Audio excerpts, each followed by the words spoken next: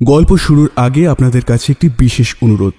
আমাদের channel the wonder in বুকশেলফকে subscribe করুন। আপনাদের সহযোগিতা এবং ভালোবাসা আমাদের একান্ত কাম্য। ধন্যবাদ।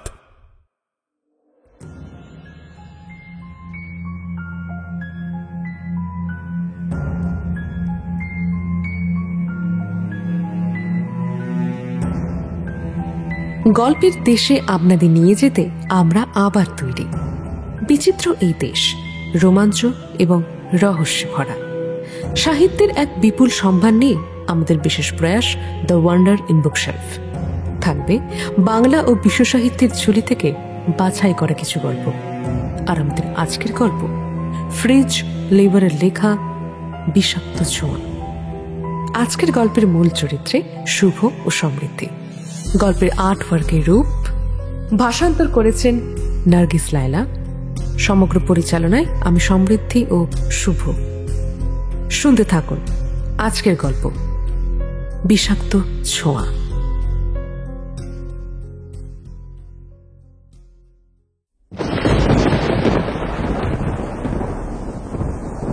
এই শুনছো? আর এগিয়েও না, বুঝলে? উফ, যা অবস্থা দেখছি। এখানে কোথাও গাড়ি থামো, না হলে তো এই পাশের বড় বড় গাছগুলো ভেঙে আমাদের গাড়ির উপরেই পড়বে। হ্যাঁ, ঠিকই বলেছো হেলেন।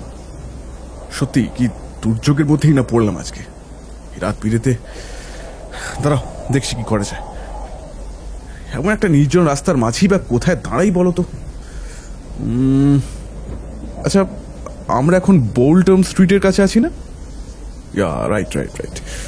আর একটু এগিয়ে গেলি তো ওই 5 মাথার বাঁক, আর ওইখানেই তো ম্যালকমের বাড়ি। Yes yes yes. আরে হেলেন, তোমার ম্যালকমকে মনে আছে তো? আরে ম্যালকম ওরন, আমার বন্ধু। সেই অগাস্টাস ক্লাবের সদস্য ছিলাম আমরা। আমাদের বিয়েতেও তো এসেছিল। তোমার সঙ্গে তো আলাপও করিয়েছিল আমি। ম্যালকম?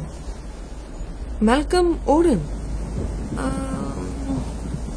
ও হ্যাঁ, তোমার সে পুচকে বন্ধুটা। ওকে আমার মনে থাকবে না? বিলিভ মি টম, আমি ওর মতো কুচি তার 1 হাত লম্বা সাইজের মানুষ না মানে কখনো দেখিনি। ও তোমার বন্ধু যে কিভাবে হলো গড নোজ। আমার ওকে কখনোই ভালো লাগতো না, কিন্তু তোমার তো ওর সঙ্গে গলায় গলায় ভাবছিল। Well, what ever. বা শোনো, আমি ওর বাড়ি যাব। ওর বাড়িও নিশ্চয়ই ওরই মতন হাইটের হবে হয়তো। তার চেয়ে আমি রাস্তায় বসে থাকি। ও প্লিজ, নট এগেন। এসব অ্যাটিটিউড আর কতদিন বয়ে বেড়াবে তুমি? বি ম্যাচিউর নাও। তুমি ওকে অনেকবার পরোক্ষভাবে অপমান করেছো, তারপর হঠাৎ করে কোথায় যে বেপাত্তা হয়ে গেল, তারপর কোনো যোগাযোগ নেই ওর সাথে। শুনেছিলাম ওর কোন পুরনো বাগান বাড়িতে থাকে নাকি। শুধুমাত্র ওই তোমার অশান্তির ভয়ে আমি আর নতুন করে যোগাযোগ করতে পারিনি ওর সাথে। কিন্তু আজ যখন একটা সুযোগ এসেছে, তখন এই তোমার বোকা কথার জন্য আমি এটা হাতছাড়া করতে চাই না। তাই তুমি না চাইলে তুমি গাড়িতেই বসে থাকো, আমি একাই আমার বন্ধুর সাথে দেখাও করতে যাব আর তার বাড়িতে আশ্রয়ও নেব। বাস, দ্যাটস ফাইনাল। হেলেন আর টম, আর 5টা সুখী দম্পতির মতো এরাও হ্যাপি কাপল। ওদের বিয়ে হয়েছে আজ প্রায় 15 বছর। ঝগড়াঝাটি যে কখনো হয়নি তা বললে ভুল হবে, তবে একে অপরের প্রতি টানটা সবকিছুকে ছাপিয়ে গিয়েছে। কিন্তু মাঝে মাঝে কিছু লোকজন সম্পর্কে হেলেনের এই না কুচু মনোভাবটা টমের একদম পছন্দ না। হেলেনকে সে বুঝিয়েছে অনেকবার, কিন্তু খুব একটা ফল হয়নি। চাকরি কি আর করার, ভালো মন্দ সবটা মিশিয়েই তো একটা মানুষের অস্তিত্ব। তবে টমের বড় ভয় হয়, স্ত্রীর এই স্বভাবের জন্যই না আবার সে কখনো কারোর আক্রোশের শিকার হয়। তারপরেই সে ভাবে, যাই হোক না কেন, হেলেনের কোনো ক্ষতি সে বেঁচে থাকতে কখনোই হতে দেবে না।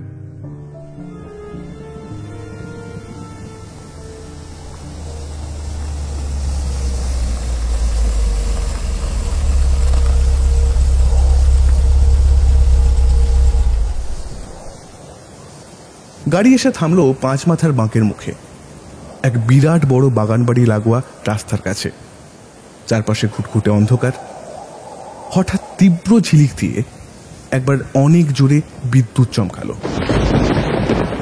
আর সেই আলোতে দেখা গেল বাড়ির নেম প্লেটে জল জল করছে একটা নাম, ম্যালকম ওরন। টম, দাঁড়াও, আমাকে একা রেখে যেও না, আমিও আসছি। পথের দুপাশের যত্নের অভাবে প্রচুর আগাছা জন্ম নিয়ে জঙ্গলের সৃষ্টি করেছে। তারই মধ্যে ম্যালকম ওরনের এই বিরাট বড় বাগান বাড়ি, প্রায় 200 বছর পুরনো এই আদি বাড়িটা তার পূর্বপুরুষদের তৈরি। মাঝে মধ্যে কড়কে ওঠা বিদ্যুতের আলোয় এই বিশাল বাড়ির বাইরের শোচনীয় অবস্থা দেখে তাকে ভূতের বাড়ি বলতেও অত্যুক্তি হয় না। বাড়ির দোতলা বারান্দা থেকে ঝুলে থাকা একটা মোটা গাছের ডাল এমনভাবে নিচের দিকে ঝুলে পড়েছে যে প্রথম দর্শনে সেটাকে কারোর একটা লম্বা হাত ভেবে ভুল হয়। জীর্ণ এই বাড়ির ভিতর থেকে কারোর সারা শব্দ না পাওয়াতে বাড়িটাকে যেন আরো শ্মশানপুরী মনে হচ্ছে। বাড়ির দোরগোড়ায় দাঁড়িয়ে হেলেন একবার টমের হাতটা খামচে ধরল ভয়ে। টমেরও যে অস্বস্তি লাগছিল না তা নয়, তবু আর উপায় কি? কেউ আছেন? Hello, is anybody here? Hello, কি আবার? কেউ কি নেই নাকি? তারাও তো একবার। টমের মুখের কথা শেষ হল না। কাঠের দরজার ফাঁক দিয়ে দূর থেকে একটা হালকা হলদে আলো নজরে পড়ল ওদের। হ্যাঁ, কেউ আলো নিয়ে আসছে এই দরজার দিকে। যাক বাবা, নিশ্চিন্ত।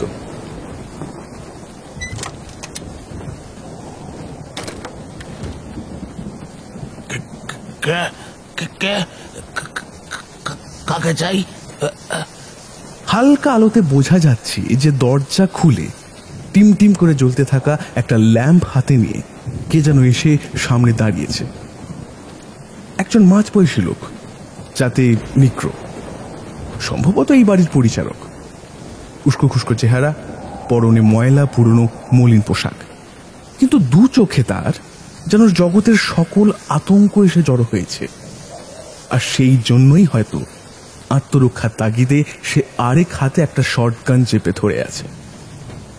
একটু পরেই সে খানিক ধাতস্থ হলো।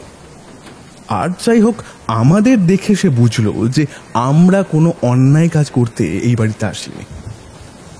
আমরা আসলে একটু আটকে পড়েছি এই দুর্যোগে, এত বৃষ্টির মধ্যে এগোতেও পারছি না। তাছাড়া বুঝতে পেরেছি, মাফ করবেন। এই ঝড় রাতে এভাবে কাউকে বাড়ির দরজা ধাক্কাতে শুনে আমি একটু হকচকিয়ে গিয়েছিলাম। এইদিকে তো বড় কেউ একটা আসে না, সেই জন্য এই শর্টগানটা। এই সময় মনে হলো পিছন থেকে কেউ হেঁটে আসছে। সেই ভারী পায়ের শব্দটা কানে যেতেই নিগ্রো পরিচারকটা তার কথা মাঝপথেই থামিয়ে দিল। ওর মুখ দেখে মনে হলো সেটা আরো ভয়ানকভাবে পাংশুবর্ণ ধারণ করেছে। এবার টম আর হেলেনও উঁকি ঝুঁকি মেরে দেখার চেষ্টা করল আগন্তুককে। ওদের একটা প্রচ্ছন্ন আশা তো আগে থেকেই ছিল যে আগন্তুক নিশ্চয়ই ম্যালকম ওরন হবে, কিন্তু তার বদলে সামনে এসে যে দাঁড়িয়েছে তাকে দেখে ওদের এক অদ্ভুত অনুভূতি হলো। এক দীর্ঘকায় লম্বা চেহারা স্বাস্থ্যবান যুবা পুরুষ। এর দেহে যে বিশাল শক্তি আছে তা সহজেই দেখে বোঝা যায়। উচ্চতায় প্রায় 7 ফুটের কম নয়। টম মনে মনে ভাবে, একে আমার এত চেনা চেনা লাগছে কেন? কোথাও দেখেছি। এমন কোনো সুপুরুষ শ্বেতাঙ্গের সঙ্গে আমার আলাপ আছে বলে তো ঠিক মনে পড়ছে না। তাহলে এর মুখটা এত পরিচিত লাগছে কেন আমার?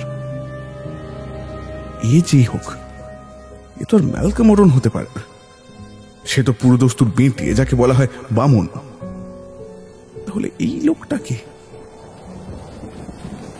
টমের চিন্তায় এবার ছেদ পড়ে, কেননা এমন সময় আচমকাই ওই শ্বেতাঙ্গ লোকটা নিগ্রোটার হাত থেকে শর্টগানটা প্রায় ছোঁ মেরে নিয়ে নেবার পর সপাটে কষালো একটা চড়। ভয়ে আধমরা নিগ্রোটার জামার কলার ধরে তাকে প্রায় শূন্যে তুলে খেলনা পুতুলের মতন ঘরের এক কোণে ছুঁড়ে ফেলে দিল। ব্যাপারটা এত তাড়াতাড়ি ঘটল যে টম আর হেলেন প্রায় হতভম্ব হয়ে গেল। ওদের মনে হচ্ছিল এক ছুটে চলে যায় এখান থেকে, কিন্তু কোন এক অজানা কারণে ওদের পা গুলো যেন সেখানেই আটকে গিয়েছে। বাড়িটার চারপাশ ঘিরে কেমন যেন একটা অস্বস্তি বিরাজ করছে। এতক্ষণে তাদের দিকে ফিরে তাকায় সেই শ্বেতাঙ্গ লোকটা। মুখে তার ঠান্ডা একটা হাসি, চাপা স্বরে বলে উঠল, ও মাই গুডনেস, এই বাগান বাড়িতে আজকে রাতের অতিথি হয়ে কারা এসেছে দেখো। such a pleasure for mine, but I'm extremely sorry. এই হতবাকা নিগ্রো পরিচারকটার ব্যবহারে আমি ক্ষমা চাইছি। আসলে শিক্ষা দীক্ষার অভাব আর কি। Now, please come in. শীতল কণ্ঠে এতগুলো কথা এক নাগাড়ে বলে সে টম আর হেলেনের দিকে উদ্দেশ্য করে মাথা নুইয়ে অভিবাদন করে ভিতরে আসতে বলল। টম ঠিক কি করবে ঠিক বুঝে উঠতে পারল না। এমন সময় কাছেই ভীষণ জোরে একটা বাজ পড়ল। হেলেন ভীষণ আতঙ্কে টমকে প্রায় টেনে নিয়ে যেতেই ওরা দুজনে ঘরে হুড়মুড়িয়ে ঢুকে পড়ল। ওদিকে শ্বেতাঙ্গ লোকটা মাটিতে পড়ে থাকা নিগ্রোটার কলার ধরে এক ঝটকায় তুলে তারপর চিবিয়ে চিবিয়ে বলতে থাকে, এই যে বেকানো, তোকে না কতবার বারণ করেছি শর্ট কানে হাত দিবি না, কানে যায় না নাকি? আজ যদি এরকম ভুল হতে দেখেছি খুন করে ফেলবেই বলে দিলাম। যা এখান থেকে, যা। ব্যাকার্ডো নামের নিগ্রো পরিচারকের মুখটা তখন ভয়ে আরো সাদা হয়ে গিয়েছে। থরথর করে কাঁপতে কাঁপতে সে নিজের হাত দুটো জড়ো করে ক্ষমা চাওয়ার ভঙ্গিতে। তার মুখ থেকে কোনো আওয়াজ বেরোচ্ছে না, অথচ বারবার সে হাট করে খোলা সদর দরজার দিকে ভয়ে ভয়ে তাকাচ্ছে। তার চোখে মুখে এক প্রচন্ড আতঙ্কের ছাপ স্পষ্ট, যেন এক্ষুনি ভয়ানক কিছু একটা দেখার প্রত্যাশা করছে সে। শ্বেতাঙ্গ লোকটা আবারও চেঁচিয়ে ওঠে, কে তুই এখনো দাঁড়িয়েছে? তাড়াতাড়ি মিলিকে ডেকে দে, যা। মিলিয়েনাদের ঘরে নিয়ে যাবে, আর তুই রান্না করে থাকবি। শ্বেতাঙ্গ লোকটার হাত থেকে আপাত নিষ্কৃতি পেয়ে ব্যাকার্ডোর যেন থরে প্রাণ আসে।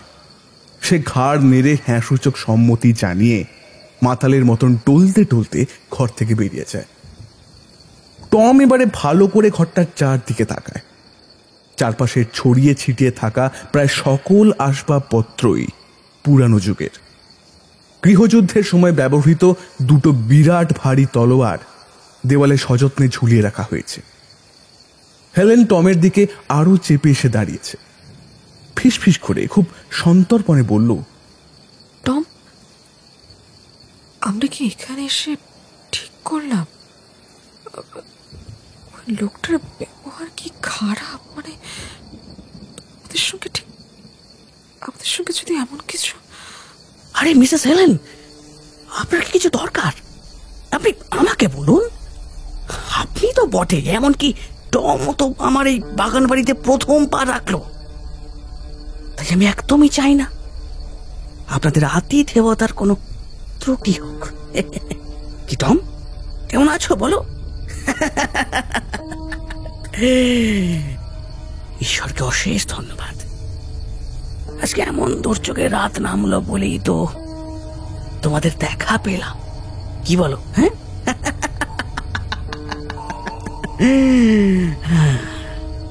লোকটার কথা শুনে টম আর হেলেন ভীষণ অবাক হয়ে গেল। এই লোকটা ওদের নাম জানলো কি করে? ওরা তো লোকটাকে আগে কখনো। আরে তোমরা দুজনে তো ভারী অবাক হয়েছো দেখছি, একদম স্ট্যাচু হয়ে গেলে যে। কি টম, আমাকে তুমি চিনতে পারছো না? আরে ম্যালকম, তোমার এক সময়ের প্রিয় বন্ধু ম্যালকম ওরও না, তুমি চিনতে পারছো না? What a pleasant surprise, man! তুমি নিজের বন্ধুকে ভুলে যাচ্ছ। কি করছো? আপনি ম্যালকম ওরন? আপনি? কিন্তু আমি এই নামে যাকে চিনতাম সে তো। হেলেনের কথা শুনে ম্যালকমের চোখগুলো হিংস্র সাপদের মতন জ্বলে উঠল। কেমন একটা রহস্যময় ভঙ্গিতে সে উত্তর দিল, জানি, আমি খুব ভালো করেই জানি মিসেস হেলেন, আপনি ঠিক কি ভাবছেন। ম্যালকম নামের সেই কুৎসিত বামন লোকটা হঠাৎ কিভাবে এরকম সুদর্শন আর লম্বা হয়ে গেল, তাই না? আসলে আসলে আমার এই দৈহিক পরিবর্তনের পিছনে একটা কাহিনী আছে, যেটা বেশ খানিকটা লম্বা। সব বলবো, everything everything I will say. তবে তবে ধীরে ধীরে ধীরে ধীরে সমস্তই বলবো। কি ঠিক আছে তো? কিন্তু ম্যালকম, তুমি ও টম, রিল্যাক্স মাই ফ্রেন্ড। এতটা দুর্যোগ মাথায় করে এসেছো, আগে একটু ধাতস্থ তো হও। তবে জানো তো, একটা দুর্যোগ আমার বাড়িতেও ঘটে গিয়েছে। আমার একটা ম্যাস্টিভ কুকুরকে কেউ শিকলের বাঁধন থেকে মুক্ত করে দিয়েছে, আর কুকুরটা যে তারপর কোথায় চলে গিয়েছে, ও কিন্তু খুবই হিংস্র আর নিষ্ঠুর, জানো তো। আমার ছাড়ার কারোর কথা মানে না। প্যাকার্ড এই সময় দরজার শব্দ শুনে ভেবেছিল ওই কুকুরটা বোধহয় ফিরে এসেছে, সেই জন্যই হয়তো মনে ভয় পেয়েছিল। তা না হলে চাকর হিসেবে ও বেশ ভালোই।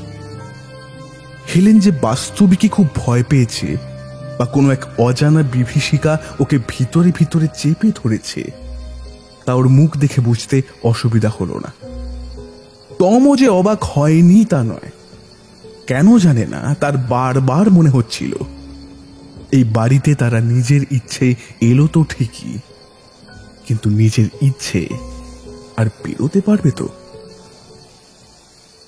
তোমরা বরং ফ্রেশ হয়ে নাও, গেস্ট রুমটা রেডি করে দেওয়া হয়েছে, ডিনারটাও ততক্ষণে সার্ভ হয়ে যাবে, আর গাড়ি থেকেও তোমাদের জিনিসপত্র আনিয়ে দেওয়ার সমস্ত বন্দোবস্ত করে দিয়েছি। So relax. ঠিক এই সময় ওরা দেখলো একটি মাঝবয়সী নিগ্রো মহিলা মোমবাতি নিয়ে হলঘরের দিকে আসছে। ওদের দেখে মহিলাটি মাথা নেড়ে অভিবাদন জানালো। ম্যালকম ওরনের ইঙ্গিতে টম আর হেলেনকে ওই মহিলা অর্থাৎ পরিচারিকা মিলি হলঘর থেকে নিয়ে গিয়ে বাড়ির দোতলার দিকে পা বাড়ালো। এই ঘরে আপনাদের বিশ্রামের ব্যবস্থা করা হয়েছে, দয়া করে ভেতরে যান। প্রয়োজনীয় জিনিসপত্র সব রাখা আছে, কিছু লাগলে বলবেন। এখন আসি। হ্যাঁ, ডিনার টেবিলে আপনাদের সাথে দেখা হচ্ছে। আসি।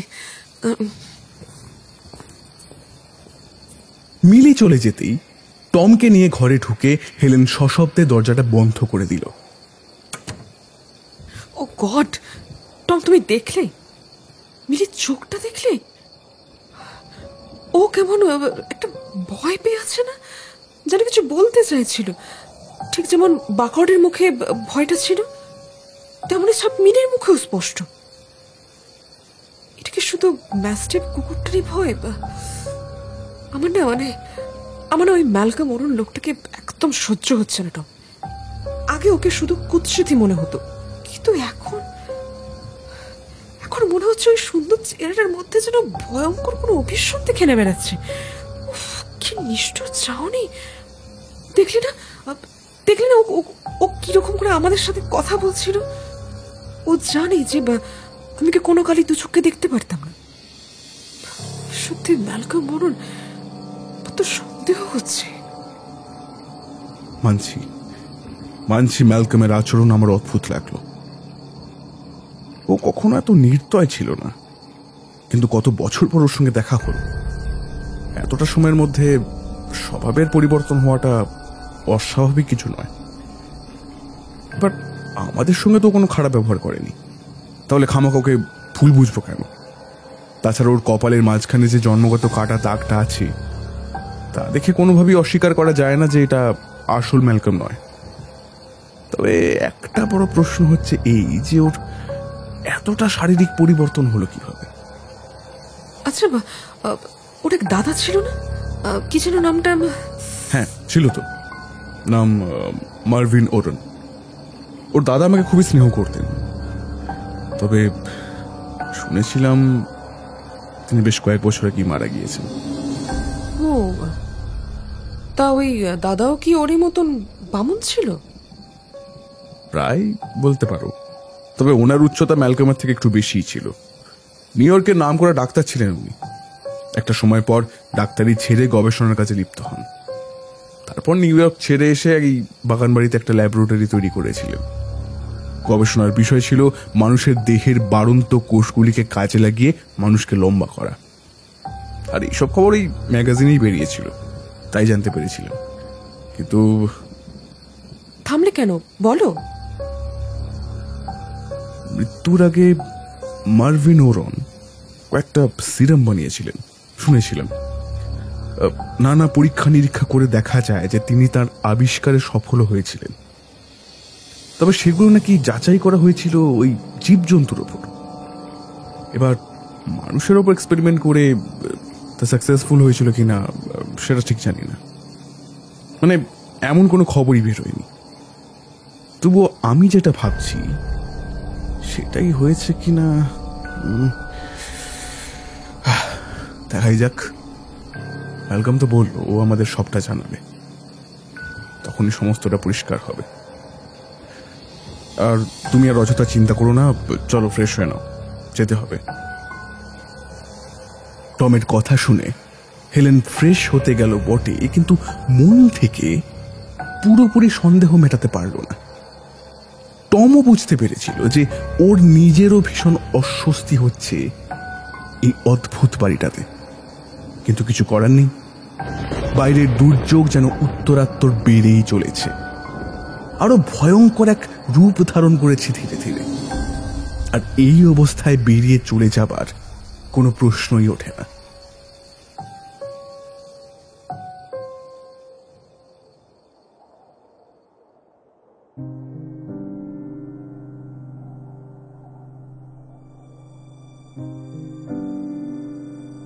টম আর হেলেন ফ্রেশ হয়ে আবারও নিচে এলো। ডাইনিং রুমটা সব দামি দামি অ্যান্টিক জিনিসপত্র দিয়ে সাজানো। সত্যি অরুণরা খুব অবস্থাপন্ন ছিল বটে। ডিনার টেবিল সুন্দর রূপোর বাসনপত্র দিয়ে সাজানো, কিন্তু আশেপাশে কেউই নেই। তার মানে এখনো খাবার সময় না হওয়াতে কেউ সেখানে আসেনি। টমের কি একটা মনে হতেই সে ডাইনিং রুম লাগোয়া যে দুটো ঘর ছিল সেগুলো দেখার জন্য সেদিকে গিয়ে গেল। দুটো ঘরের দরজায় মোটা পর্দা দিয়ে ঢাকা। হাত বাড়িয়ে পর্দাটা সরাতেই সে দেখল সেখানে দরজায় তালা দেওয়া। অন্য আরেকটা ঘরও একইভাবে তালা বন্ধ হয়ে পড়ে আছে। তবে দুটো ঘরের ভিতর থেকেই টম কেমন যেন একটা স্যাঁতস্যাঁতে পচা গন্ধ পেল। গাটা গুলি ওঠে, ওর বমি উঠে আসে। কোনো রকমে নিজেকে সামলে টম সরে এলো সেই ঘরগুলোর কাছ থেকে। হেলেনকে এসে সে কথা বলতেই ও বলল, তো পুরনো একটা বাড়ি, ঘরগুলো তো তালা বন্ধ। ওই যত্নের অভাবে ভেতরে নিশ্চয়ই কোনো সরীসৃপ প্রাণী বা পাখিরা বাসা বাঁধে। তার মধ্যে কিছু হয়তো মরে টরে গিয়েছে, ওই জন্যই হয়তো পচা গন্ধ বেরোচ্ছে। কি জানি, তাই হবে হয়তো। মার্জনা করবেন, আপনাদের অপেক্ষা করতে হলো। দয়া করে টেবিলে বসুন, এক্ষুনি খাবার সার্ভ করা হবে, প্লিজ। টম আর হেলেন ঘাড় ঘুরিয়ে দেখে কথাগুলো ওদের বলল সেই নিগ্রো পরিচারক ব্যাকার্ডো। তার মুখ থেকে ভয়ের ছাপ এখনো সম্পূর্ণরূপে যায়নি। হাঁটা চলায় সেই জড়তা এখনো কাটেনি। টম আর হেলেনকে সে তার কথাগুলো বলল চোখ নামিয়ে, আর মুখের কথা শেষ হতেই সে চোখের নিমেষে ঘর ছেড়ে দ্রুত পদে বেরিয়ে গেল। হ্যালো হ্যালো হ্যালো, তোমরা চলে এসেছো? My god, sorry sorry, very sorry, আমার একটু আসতে দেরি হয়ে গেল। বাই দ্য ওয়ে, পরিচয় করিয়ে দিই, here is my beautiful wife Cynthia ওরন। আর সিনথিয়া, ইনাদের গল্প তো আমি তোমার কাছে কত করেছি, তাই না? এই দেখো, আজ দেখো টম অ্যান্ড মিসেস হেলেনকে আমরা কত কাছ থেকে পেয়ে গেলাম। সহজে ছাড়বো না কিন্তু, কি? হ্যাঁ, Hello, Mr. Tom. Hello, Mrs. Ellen. Welcome. Please have a seat. আপনাদের সঙ্গে আলাপ হয়ে ভালো লাগলো। বাকি কথা না হয় খেতে খেতে হবে। টম খানিক অবাক হলো, মনে মনে ভাবল ম্যালকম বিয়েও করে ফেলেছে এর মধ্যে। এই খবরটা তো পাইনি। যাই হোক, ভালোই। সিনথিয়া দেখতে ভীষণই সুন্দরী, লাল ভেলভেটের গাউনে ওকে আরো দারুণ দেখাচ্ছে। ব্যবহারও মিষ্টতা আছে, কিন্তু সব ঠিক থাকলে ওর চোখে মুখেও যেন কিসের একটা আতঙ্ক। বারবার যেন জোর করে হাসার চেষ্টা করলেও চোখের আয়নায় ধরা পড়ে যাচ্ছে আড়ালে থাকা একটা অস্বস্তির দাগ। কেন? আমাকে বিবাহিত দেখে খুব অবাক হয়েছ না টম? হ্যাঁ,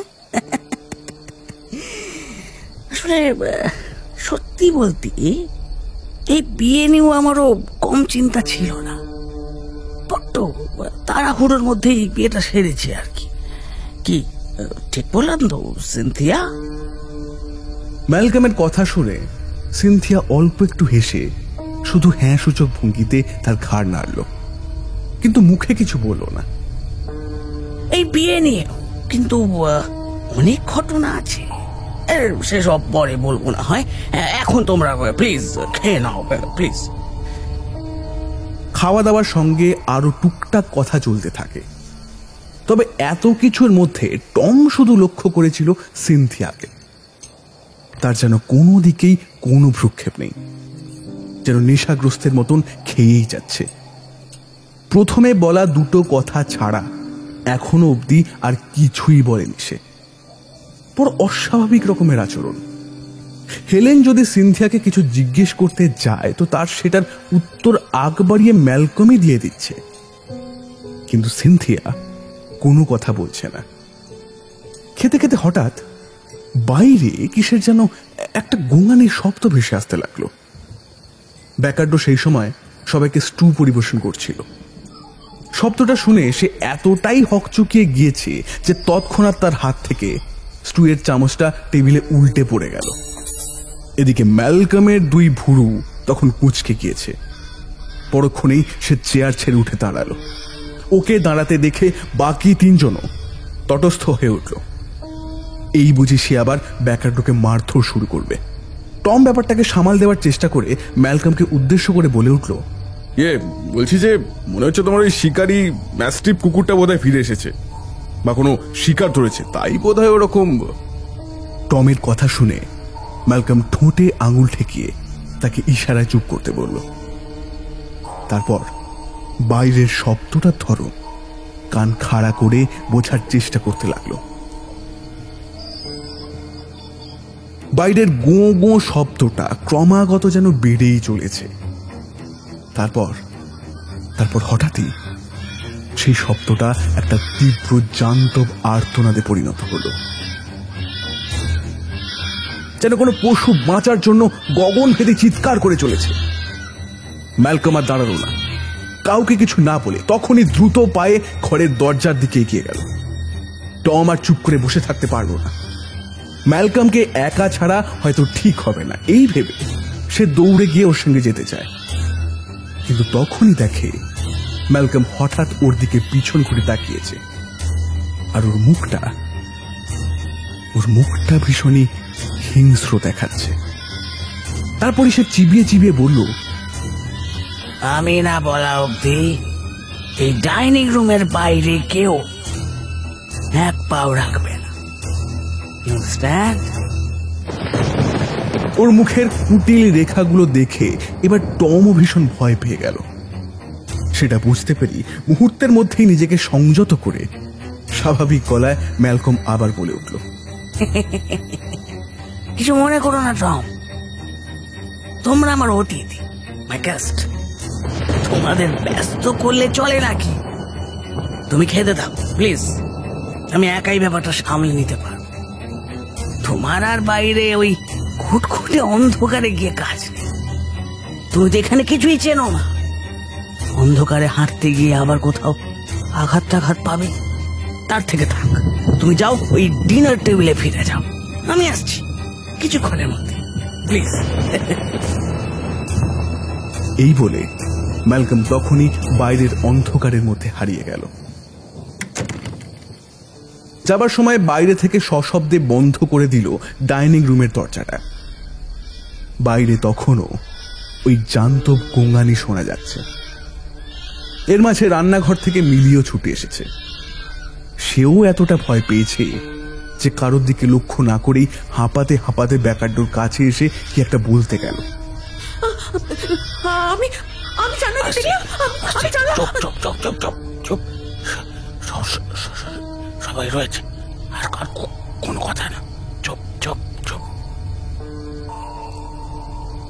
ব্যাকারডো মিলিকে আর কিছু বলতে দিল না। সম্বিত ফিরে পেয়ে মিলিও আর কিছু না বলে দাঁতে দাঁত চেপে চুপ করে গেল। ওরা দুজনেই তখন রান্নাঘরের দরজার কাছে দাঁড়িয়ে দস্তুর মতন ঠক ঠক করে ভয়ে কাঁপছে। না মানে ব্যাপার কিছু বুঝছি না মিসেস ওরন, এই অন্ধকার রাত্রে আপনার স্বামী সত্যিই কি ব্যাপারটা একা সামলাতে পারবেন? সিনথিয়া হেলেনের কথার কোনো জবাব দিচ্ছে না। নিথর দৃষ্টিতে তাকিয়ে আছে সেই ডাইনিং টেবিলের দিকে। তার শরীরও তখন কাঁপছে, কপালে জমেছে বিন্দু বিন্দু ঘাম। তার সুন্দর ঠোঁট জোড়া মৃদু মৃদু কেঁপে উঠল যেন। কিছু বলতে চেষ্টা করেও সেটি বলতে পারল না। তবে কি এই উৎকণ্ঠা, অজ্ঞাত দিশাহারা ভাব, চেপে রাখা সমস্ত ভয় সবই কি তার স্বামীর জন্য, নাকি? একটু পরেই বাইরের সেই কাতর আর্তনাদ স্তব্ধ হয়ে গেল। চারিদিকে নেমে আসলো এক অপার নির্জনতা।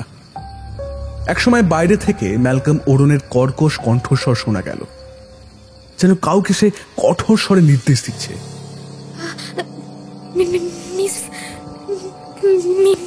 মিসেস এলেন, মিসেস এলেন। হ্যাঁ মিসেস ওরন, বলুন বলুন, কি বলবেন বলুন। সিনথিয়া হেলেনকে ডাকছে। এবার কি সে কিছু একটা বলতে চায়? ও দৃষ্টি এমন করুণ দেখাচ্ছে কেন? সিনথিয়া কিন্তু কিচ্ছু বলে না। এতক্ষণ টম আর হেলেন লক্ষ্য না করলেও এবারে তারা জিনিসটা দেখতে পেল। মিসেস ওরন নিজের হাতের মুঠোতে কি যেন নিয়ে এসেছে, একটা রুমাল আর লিপস্টিকের স্টিক। রুমালটা টেবিলে বিছিয়ে চটপট স্টিকটা দিয়ে কিছু একটা লিখে নিল সে। তারপর কাঁপা কাঁপা হাতে সেটা বাড়িয়ে দিল হেলেনের দিকে। হেলেনও ব্যাপারটার গোপনীয়তা আঁচ করে রুমালটা সিনথিয়ার হাত থেকে চট করে নিয়ে নিজের পোশাকের মধ্যে লুকিয়ে ফেলল।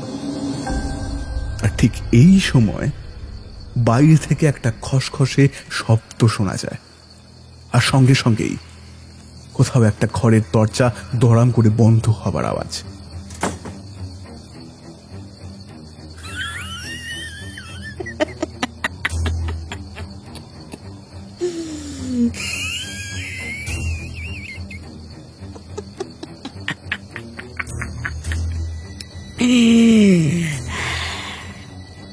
আমার ম্যাস্টিফ কুকুরটা দিনে দিনে এত হিংস্র হয়ে উঠছে না, এই এই এই এই অচেনা লোকের কাছে সে একটা ভয়ের কারণ হয়ে দাঁড়িয়েছে।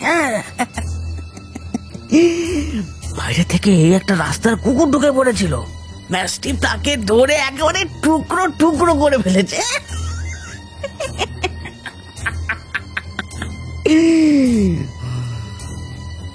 ম্যালকমের কথা শুনে টম একটু কাঠ হাসি হাসার চেষ্টা করলো বটে, কিন্তু মনে মনে ভাবল, দুটো কুকুর মারামারি করলে তো দুটোরই কণ্ঠস্বর শুনতে পেতাম, কিন্তু শুনেছি তো একটারই আওয়াজ, তাও ভয়াবহ আওয়াজ। সেটা কি ম্যাস্টিফই? ম্যাস্টিফ কি শুধুই একটা কুকুর, নাকি এর মধ্যে আরো কোনো রহস্য আছে? এরকম হিংস্র কুকুরকে আপনার আরো সাবধানে বেঁধে রাখা উচিত ছিল মিস্টার ওরন। হেলেনের কথা শুনে ম্যালকম কিছু বলে না, বরং ওর ঠোঁটে খেলে যায় বিশ্রী একটা তীর্যক হাসি। হেলেনের থেকে চোখ সরিয়ে সে তাকায় এবার ব্যাকার্ডো আর মিলির দিকে, তারপর চেঁচিয়ে বলে, তোমরা ওখানে দাঁড়িয়ে কি তামাশা দেখছো? ইডিয়েট, এক্ষুনি বিদায় করে এখান থেকে যাও, আমাদের জন্য কফি নিয়ে এসো, কফি গাও। একটু পরেই ম্যালকম একটু সংযত হয়ে ওর মার্কা মারা হাসিটা মুখে ফুটিয়ে বলে,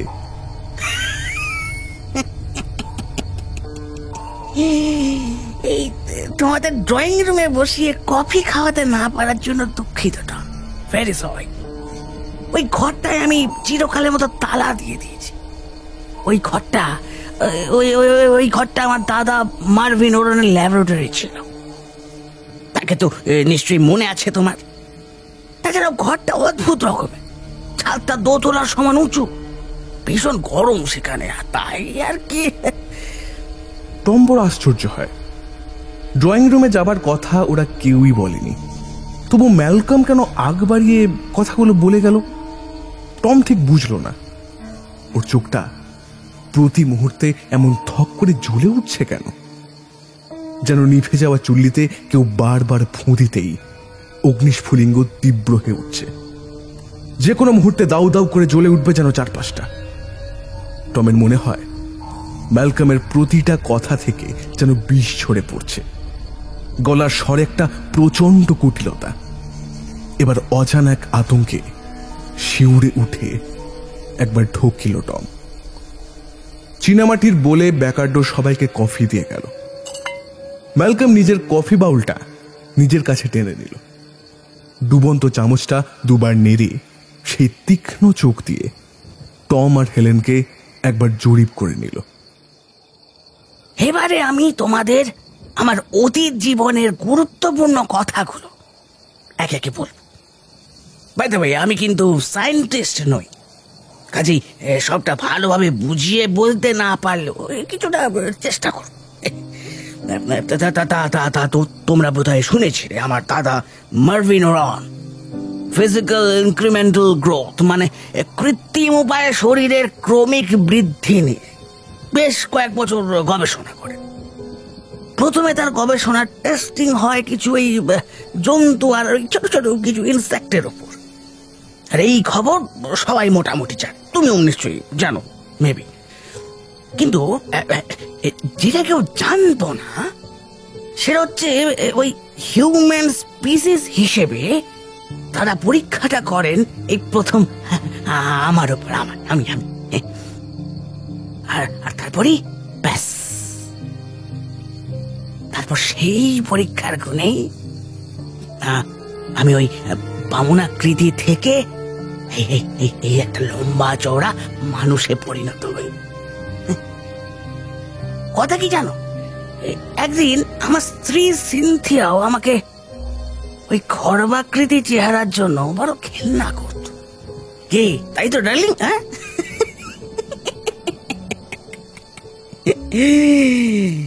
মিসেস সিনথিয়া ম্যালকম ওরন, কে কিছু বললাম? হ্যাঁ,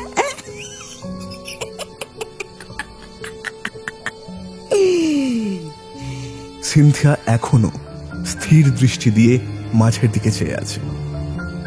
2 হাতের 10টা আঙুল দিয়ে কফির বাউলটা সে এমন ভাবে চেপে ধরেছে যেন সেটা এখনই ফেটে চৌচির হয়ে যাবে।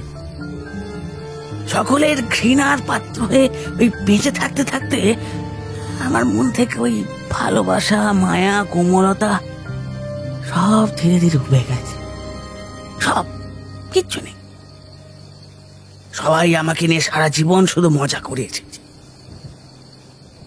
আমি বামুন হই, কুৎসিত হই, যেমনই হই,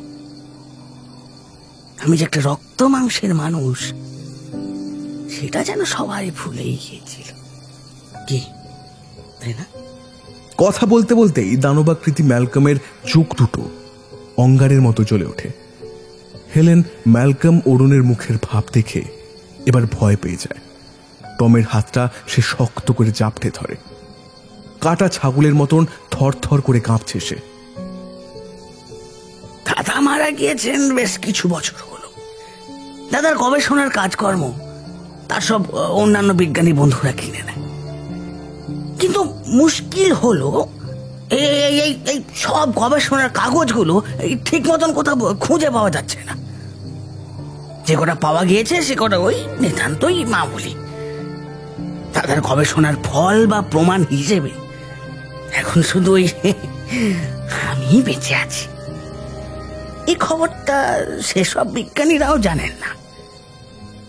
এমনকি বাকি সব এক্সপেরিমেন্টাল স্পিসিস, যেমন ওই পশু পাখিগুলো, কোনটাও বাঁচানো যায়নি।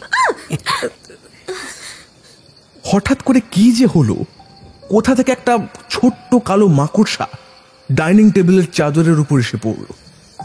আর সঙ্গে সঙ্গে ম্যালকমের মুখটা অস্বাভাবিক রকমের কালো হয়ে উঠল। সে তৎক্ষণাৎ টেবিল থেকে একটা কাঁটা চামচ তুলে সেটার মোক্ষম নিশানায় সেই মাকড়সাটিকে আমূল গেঁথে ফেলল। তারপর কাউকে কিছু ভাবার অবসর না দিয়ে সে নিজের ডান হাতের তর্জনী দিয়ে তুমুল আক্রোশে মাকড়সাটাকে একেবারে থেঁতলে দিল। এমন গা খিনখিন করার দৃশ্য দেখেই হোক বা অন্য কোনো কারণেই হোক, ম্যালকমের স্ত্রী সিনথিয়া বোধ হয় আর স্নায়ুর চাপ নিতে পারল না। হঠাৎ সে দড়াম করে অজ্ঞান হয়ে পড়ে গেল। মিসেস ওরেন, কি হলো? সিনথিয়া, কি হলো আপনার? সিনথিয়ার এই অবস্থা দেখেও ম্যালকমের কোনো ভাব পরিবর্তন দেখা দিল না। অগত্যা তড়িঘড়ি টমি টেবিল ছেড়ে উঠে গেল সেই দিকে। বেকার, তুমি তাড়াতাড়ি জল নিয়ে এসো, ফাস্ট ফাস্ট। চোখে মুখে জল ছিটিয়ে দিতেই খানিক পরে সিনথিয়ার জ্ঞান ফিরে এলো। চোখের পাতা কেঁপে কেঁপে উঠছে তার, ঠোঁট জোড়া আস্তে আস্তে নাড়তে থাকে সে।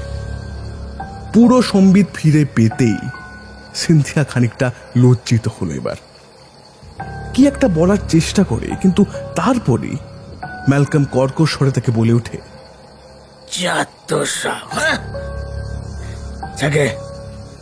অনেক রাত হলো। টম, মিসেস হেলেন, আপনারা ঘরে যান। আপনাদের দুজনেরই বিশ্রামের বিশেষ প্রয়োজন। কথা শেষ করে ম্যালকম নিজের ঘরের দিকে হনহনিয়ে হাঁটা লাগালো। সিনথিয়াও তড়িঘড়ি উঠে কোনো রকমে টলতে টলতে ওর পিছু পিছু চলতে লাগলো। টম আর হেলেনও দাঁড়িয়ে না থেকে দোতলার ঘরের দিকে যেতে উদ্যত হলো। ডাইনিং রুম থেকে বেরোনোর সময় আবার ওরা ওই 2 তালাবন্ধ ঘরের পাশ দিয়ে আসে।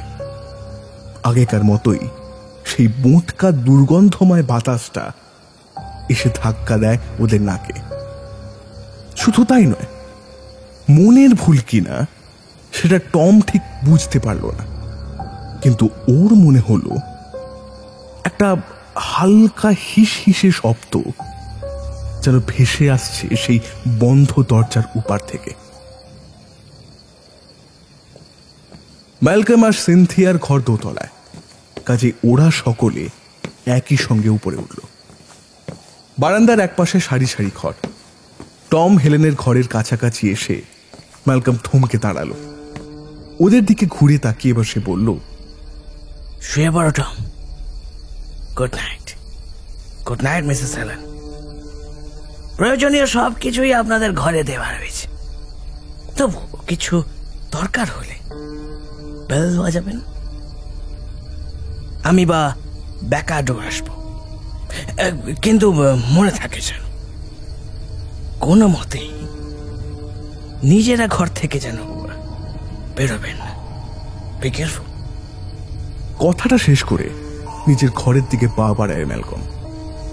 যেতে যেতে মাথা নুয়ে অভিবাদন জানায় জন আর হেলেনকে, মুখে তার যান্ত্রিক হাসি। কিছুটা গিয়ে ম্যালকম আর সিনথিয়া একটা ঘরে ঢুকে যায়। ওরা চলে যেতেই হেলেন তড়িঘড়ি ঘরে ঢুকে সিনথিয়ার দেওয়া রুমালটা বের করে ঘরের টেবিলের উপর বিছিয়ে রাখে। টমও ঝুঁকে পড়ে রুমালটার দিকে চোখ ফেলে। তাতে লেখা আছে, যদি প্রাণে বাঁচতে চান তাহলে তাহলে খুব সাবধানে গভীর রাতের অন্ধকারে এই বাড়ি থেকে পালিয়ে যান। এই বাড়ি থেকে পালিয়ে যান। লেখাটা পড়ে টম আর হেলেনের চোখ ভয়ে বিস্ফারিত হয়ে যায়। একে অন্যের মুখে চাওয়াচাবি করতে থাকে ওরা। সিনথিয়ার মুখটা ওদের চোখের সামনে ভেসে ওঠে। এই গহীন অন্ধকার দুর্যোগের রাত্রে ওরা দুজন এরপর কি করবে তা ভেবেই পায় না। টম, আমার খুব ভয় করছে। আমার মনে হচ্ছে সিনথিয়া আমাদের আরো ভয়ঙ্কর কিছু বলতে চেয়েও বলে উঠতে পারলো না। চলো চলো আমরা পালিয়ে যাই এক্ষুনি। সোজা রাস্তা দিয়ে না হোক বারকটকে জিজ্ঞেস করে যদি কোনো গোপন রাস্তা পাওয়া যায়। হেলেন, তুমি কি ভাবো? এই বাড়িতে ঢোকাটা যতটা সহজভাবে হয়, বেরোনোটাও কি ততটাই সহজ হবে? যদি তাই হয় তাহলে মিসেস সিনথিয়া এখানে এভাবে পড়ে আছেন কেন? ম্যালকমকে ভালোবেসে রয়ে গিয়েছে, এটা মানে যে অসম্ভব তা তুমিও যেমন খুব ভালো করে বুঝতে পারছো। তাছাড়া ব্যাকারডো আর মিলির কথাই ভাবো, ওদের কি স্বার্থ যে এত লাঞ্ছনা সয়ে ভয়ে আধমরা হয়েও পড়ে আছে এখানে? বাইরে অন্য কোথাও কাজের কি অভাব আছে নাকি?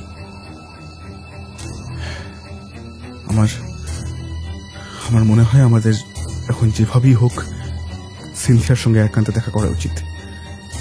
একমাত্র ওই আমাদের সাহায্য করতে পারে। আমাদের প্রাণনাশের আশঙ্কা মিসেস ওরন কেন করছে? এই বাড়ির আসল রহস্যই বা কি, আর ম্যালকমের অভিসন্ধিগুলো বা ঠিক কি কি, এই সব কিছু এখন জানা দরকার। আস্তে করে দরজাটা খুলে টম আর হেলেন বেরিয়ে এলো তাদের নিজেদের ঘর থেকে। পা টিপে টিপে ম্যালকম আর সিনথিয়ার শোবার ঘরের দিকে এগিয়ে যেতে থাকলো ওরা। এই তো এই ঘরটাতেই তো দুজনকে ঢুকতে দেখেছিল ওরা, কিন্তু ম্যালকমকে আড়াল করে সিনথিয়ার সঙ্গে কথা বলা তো এক প্রকার অসম্ভব। তবুও যেভাবেই হোক চেষ্টা তাদের করতেই হবে। আস্তে আস্তে দাঁড়াও হেলেন, কারা যেন কথা বলছে না? হ্যাঁ, নিচ থেকে আওয়াজটা আসছে, তাই না? খেয়াল করো খেয়াল করো। কিন্তু এত রাতে নিচে কারা আছে? অন্ধকারে তো ভালো করে কিছুই বোঝাও যাচ্ছে না। ঠিকই বলেছ, কারা যেন ফিসফিস করে কথা বলছে। একটা গলা তোমার বন্ধুর না? ভালো করে শোনো। তার মানে কি মিস্টার ওরন এখন ঘরে নেই? ম্যালকম যদি সত্যি ঘরের বাইরে থাকে এখন, তাহলে এই অবস্থায় টম আর হেলেনের ওই ঘরে উঁকি ঝুঁকি মারাটা ঠিক হবে না। যে কোনো মুহূর্তে সে উপরে চলে আসতে পারে। সিনথিয়াকে তখন হয়তো ওদের জন্য আরো কিছু সইতে হবে। কোনোভাবে সিনথিয়ার লেখা নোটের কথা ফাঁস হয়ে গেলে তখন তাদেরও রক্ষে নেই। তার চেয়ে নিচে কি চলছে সেটা ভালো করে দেখা যাক। বলা যায় না এই ফাঁকেই যদি বেরোনোর কোনো উপায় খুঁজে পায় তারা। এই ভেবে টম হেলেনের হাত ধরে হাতড়ে হাতড়ে সিঁড়ির কাছে এসে দাঁড়ায়। বাইরের ঝড় জলের প্রকোপ খানিকটা কমে এসেছে। অনেকক্ষণ অন্ধকারে দাঁড়িয়ে থাকাতে চারপাশের অন্ধকার ভাবটা কিছুটা চোখ সবা হয়ে গিয়েছিল টমের। বাইরে থেকে আসা চাঁদের ম্লান আলো হলঘরের কাঁচের দরজা দিয়ে আবছায় ভাবে ঘরে পড়ছে। সেই ক্ষীণ আলোয় টম একজনকে দেখতে পেল এবার। বেশ অনেকক্ষণ ধরে দেখার পর তাকে চিনতে পারল টম। না, কোথাও ভুল নেই। হলঘরের এক প্রান্তে দাঁড়িয়ে ম্যালকম কার সঙ্গে যেন কথা বলছে। ও এত উত্তেজিত ভাবে কাকে ধমক দিচ্ছে সে? ওই দেখো, ওই দুটো ঘর খোলা। ওই যে দুটো ঘর তালা বন্ধ ছিল তখন। সে বিচ্ছিরি গন্ধটা এখন আরো মারাত্মক গন্ধ ছড়িয়ে পড়ছে। হেলেন, এবার আমি 100% নিশ্চিত যে ওই ঘরেই সকল রহস্য লুকিয়ে আছে। সে তো বুঝলাম, কিন্তু তোমার বন্ধু কার সঙ্গে কথা বলছে? ওর সাথে তো কেউ নেই। আমার সঙ্গে বকবক করছে, তবে পাগল নাকি? একদিন নরকের অন্ধকারে চিরতরে হারিয়ে যাবে। এককালে তুমি আমার দাদা ছিলে, আমার সবচেয়ে আপনজন। আমার এই বামন কদাকাত বিধিকে ছেড়ে চেহারার জন্য তুমি কতই না কষ্ট পেতে। সবসময় তোমার চিন্তা ছিল কি করে তুমি আমাকে ওই ওই ওই অভিশাপ থেকে মুক্ত করবে, কবে আমি অর্জন করব আকর্ষণীয় পৌরসত্ব। তারপর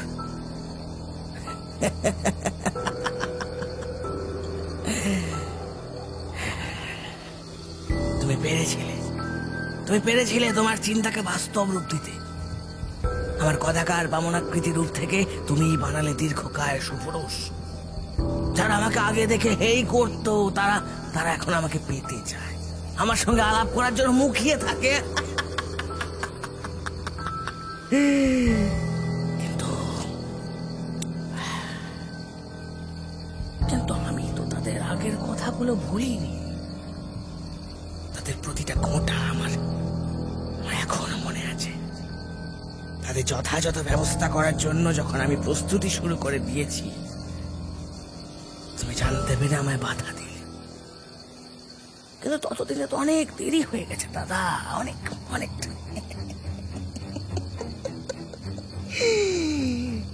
এখন আমার ইচ্ছেই তোমার ইচ্ছে।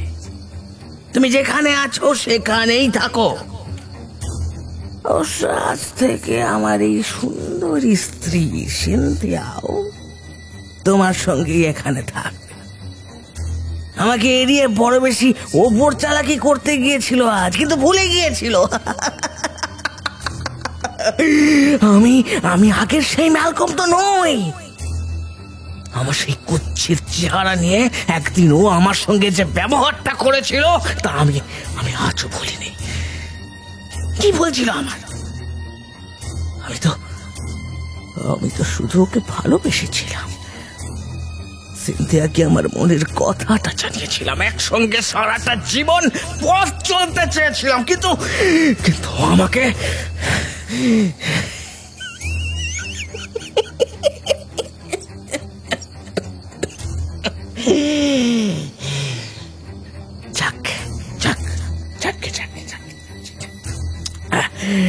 আজকের মতন তবে চলি, অনেক রাত হল। শুভরাত্রি মাই ডিয়ার মার্ভিন ওরন, শুভরাত্রি মাই ডিয়ারেস্ট ওয়াইফ। রুদ্ধশ্বাসে এক নাগারে কথাগুলো বলে ম্যালকম এবার থামে। অদ্ভুতভাবে দুবার শীষ দেয়। বোধহয় সে তার প্রিয় কুকুরটাকে ডাকছে। মনে হলো সেই শীষটা শুনেই একটা লম্বা ছায়া ম্যালকমের পাশে এসে দাঁড়ালো। অনেক চেষ্টা করেও টম বা হেলেন কেউই তাকে দেখতে পেল না। বোতলে কেমন একটা ফ্যাস ফ্যাসে চাপা আওয়াজ শোনা গেল। পরক্ষণেই ম্যালকম সেই রহস্যময় ছায়াধারীকে নিয়ে ডাইনিং রুম ছেড়ে অদৃশ্য হয়ে গেল। আমার খুব ভয় করছে টম। ও কি বললো তুমি শুনলে? আর ওভাবে শীষ দিয়ে কাকে ডাকলো? ওই ম্যাস্টিফ কুকুরটাকে? টম আমরা কি আর বাঁচবো না? বেঁচে বেরোতে পারবো না এই বাড়ি থেকে? শান্ত হও হেলেন, একটু সামলাও নিজেকে। আমি সব শুনলাম। এর মানে ম্যালকমের দাদা মার্ভিন ওরন এখনো মারা যাননি।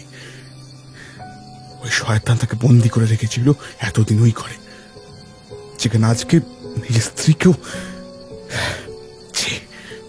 আমার তো ভাবতেও ঘৃণা করছে। ম্যালকম এতটা নিচে নেমে গিয়েছে। ওই ছায়াটা কার ছিল টম? আমিও তাই ভাবছি। ওই ছায়া যদি ম্যাস্টিফ কুকুরটাই হয়, তাহলে এমন হিসি আওয়াজ ভেসে আসবে কেন? শটটা তো একদমই স্বাভাবিক ছিল না।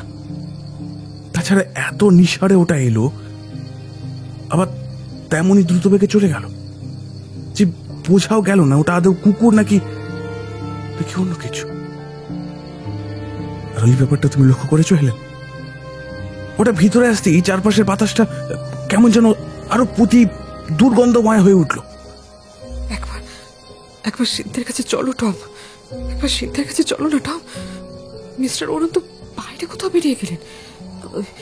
এই সুযোগে যদি আমরা চট করে সিনথিয়া আর মিস্টার মার্ভিন ওরনকে বাঁচাতে। হেলেন, তুমি শুনলে না ম্যালকমের কথা? তোমার কি মনে হচ্ছে ওদেরকে এত সহজে এই ঘর থেকে বের করে আনা যাবে? আমি জানি না টম, আমার মাথা কাজ করছে না।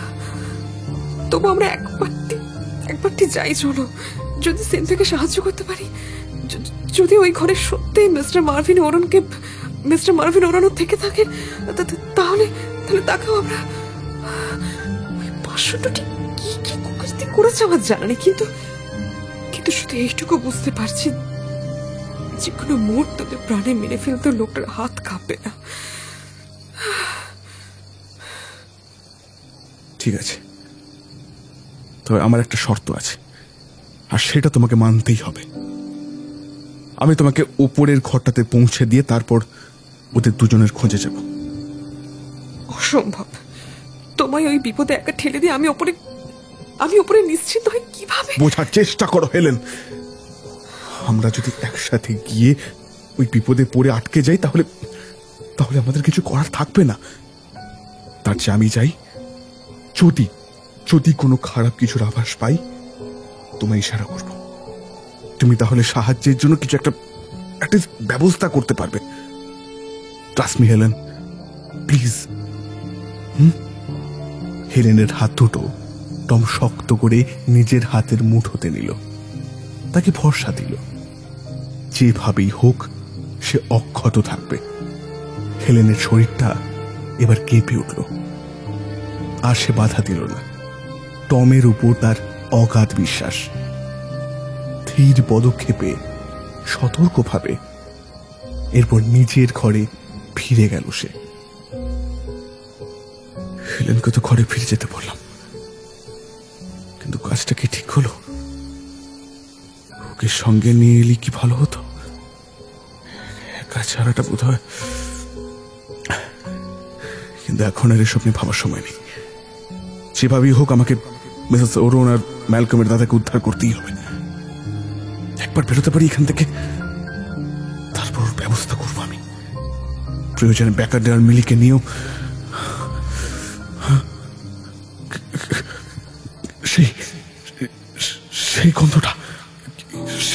সেই গন্ধটা আবার তবে কি আবার ফিরে এলো?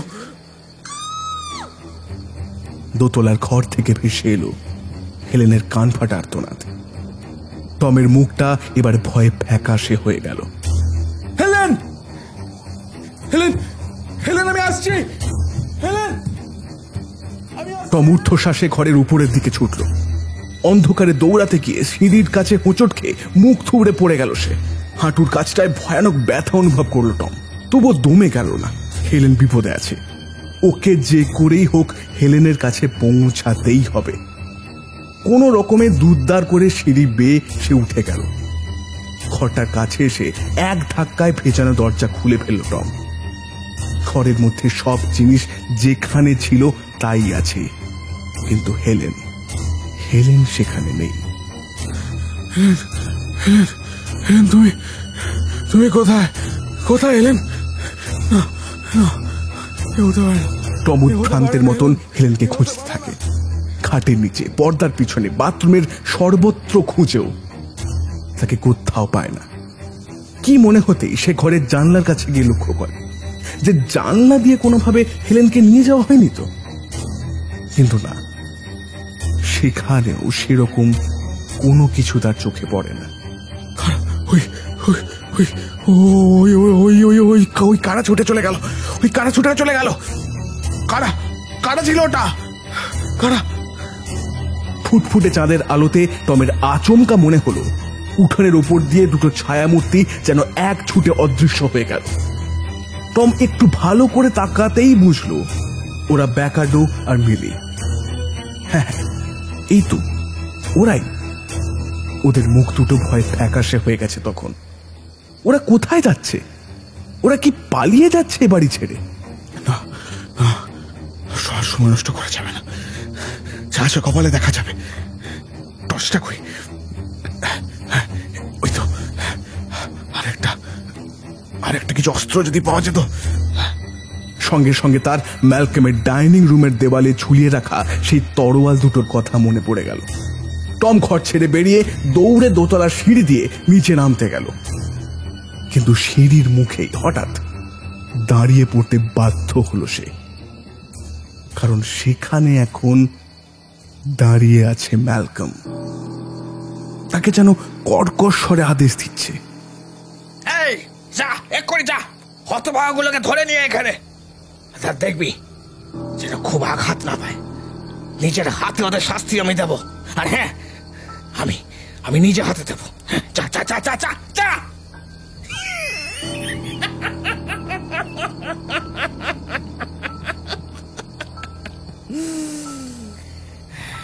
কথাটা বলে সে অদৃশ্য শিষ্যকে দেখিয়ে উঠোনের একদিকের জঙ্গলের উদ্দেশ্যে ইশারা করে ম্যালকম।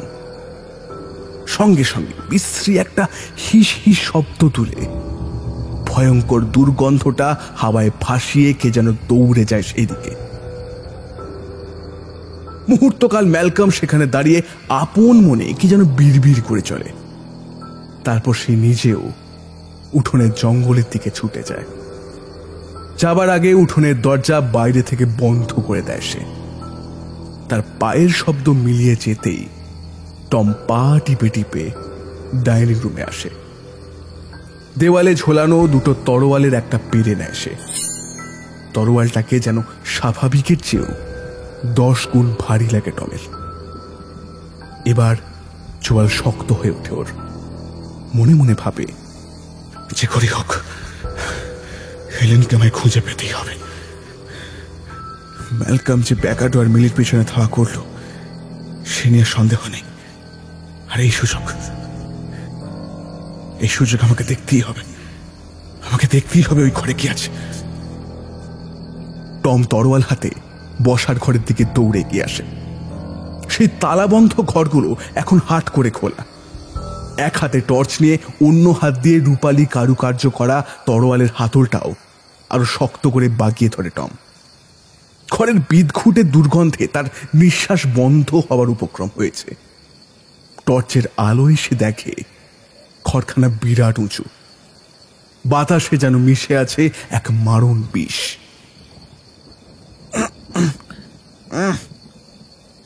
ঘরটা এতদিন বন্ধ থাকার জন্যই চারিদিকে এত দুর্গন্ধ। ভালো করে কিছু দেখতেও পাচ্ছি না। যা,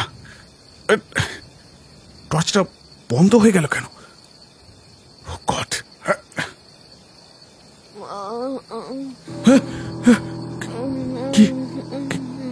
কিসের শব্দ? কেউ একটা গোঙাচ্ছে মনে হচ্ছে না? হেলেন নয় তো? কি অন্ধকার, যেন নরকে এসে পৌঁছেছি। টর্চটা আর কিছুতেই জ্বলছে না। বারবার সেটাকে নিজের হাতে ঠুকে ঠুকে জ্বালানোর চেষ্টা করলো সে, কিন্তু কিছুই লাভ হলো না। ওর মনে হলো সে একটা গভীর অন্ধকার খাদের কিনারে এসে দাঁড়িয়েছে, আর এক পাও এগোলে সে হারিয়ে যাবে। টমের মধ্যেকার অস্বস্তি ভাবটা উত্তরোত্তর বেড়েই চলেছে। এই মুহূর্তটা যেন ওর কাছে বিভীষিকাময় মহেন্দ্রক্ষণ। মুখে বল এনে সাহস করে আরো 2 পা এগিয়ে গেল সেই ঘরটার ভিতরে। টর্চটার আবার জ্বলে ওঠার আশা ও প্রায় ছেড়েই দিয়েছিল, কিন্তু অবাক করে দিয়েই হঠাৎই টর্চটা আবার জ্বলে উঠল। এই মুহূর্তে খুশি হওয়াটা ওর সাজে কিনা ও বুঝল না, কিন্তু সামান্য আলোকেই যেন ওর অনেক বড় হাতিয়ার বলে মনে হচ্ছে এখন এই মুহূর্তে। ঘরের গোঙানির আওয়াজটা তখন এক নাগাড়ে হয়ে চলেছে। টম টর্চটা নিয়ে সামনের দিকে আলো ফেলল। পরক্ষণেই একটা কিছু দেখে এবার তার শিরদাঁড়া দিয়ে যেন বিদ্যুৎ খেলে গেল। লাল ভেলভেটের গাউন পরিহিত একটা মেয়ে শোয়া অবস্থায় যেন শূন্যে ঝুলে আছে। ওর বাদামি চুলের গোছাটা নিচের দিকে ছড়ানো। সিনথিয়া! একটা রূপোলি দড়ি সিনথিয়ার হাত পা সহ দেহের প্রতিটা অংশকে আষ্টে পৃষ্ঠে শক্ত করে জড়িয়ে আছে। গলার ওপরে এমন ভাবে এঁটে বসে আছে যে সে তার মাথা সামান্য নাড়লেই তাতে মরণ ফাঁস পড়বে। এই রূপোলি ফাঁসটা কি? মাকড়সার জাল! হায় ঈশ্বর, একটা মাকড়সার জাল এত বড় কি করে হতে পারে? টম হিতাহিত জ্ঞান শূন্য হয়ে পড়েছে। কাঁপতে কাঁপতে সে আরেকটু এগিয়ে দেখে সিনথিয়া ছাড়াও আরো বেশ কিছু জন্তু জানোয়ারের দেহ এই জালে আটকে আছে, আর তাদের কারোরই নড়াচড়ার কোনো উপায় নেই। হঠাৎই টমের মনে হলো সে এগোতে এগোতে তরল জাতীয় কিছুর উপর একটা পা দিয়েছে। কোন রকমের টর্চের আলোটা সে নিচের দিকে ফেলল। এ তো রক্ত। মেঝেতে কিছু একটা টাটকা রক্ত পড়ে আছে। একটা লম্বা ধারা সৃষ্টি হয়েছে সেই রক্তের থেকে। খানিকটা নিচু হয়ে আলোটাকে নিয়ে সেই ধারা লক্ষ্য করে তাকাতেই টমের চোখে পড়ল একটা মাঝারি সাইজের সাদা মতন কিছু একটা মেঝেতে পড়ে রয়েছে। আরেকটু কাছে যেতেই টম বুঝল এটা একটা খরগোশ। কিন্তু একটা খরগোশ কখনো এত বড় হয়? প্রাণীটার গলাটা যেন কেউ মুচড়ে নিয়ে ধর থেকে ছিঁড়ে ফেলেছে। চোখ দুটোর জায়গা সম্পূর্ণ ফাঁকা।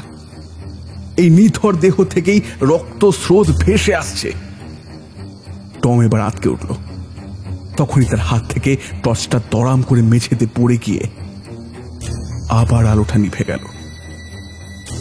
আবারও নেমে এলো নরকের সেই আধার। সে সবাই পিছিয়ে আসলো ওই মরা প্রাণীটার থেকে। উদ্ভ্রান্তের মতো ঘর ছেড়ে পালিয়ে যাওয়ার জন্য তার ভিতরটা ছটফট করতে লাগলো। ওর গলা দিয়ে একটুও স্বর বেরোচ্ছে না। অন্ধকারের সামনের দিকটা হাতড়াতে লাগলো সে। আর ঠিক তখনই ওর হাতে কি যেন একটা ঠেকলো। চমকে হাতটা গুটিয়ে নিল। না, এভাবে হবে না, টর্চটা ওকে খুঁজে পেতেই হবে। মেঝেতে সাবধানে বসে একটু এদিক সেদিকে হাত বাড়াতেই টর্চটা পেল। যাক, টর্চটা জ্বলছে। একটু ধাতস্থ হওয়ার চেষ্টা করলো টম। তারপর চোয়াল শক্ত করে সে ভাবল,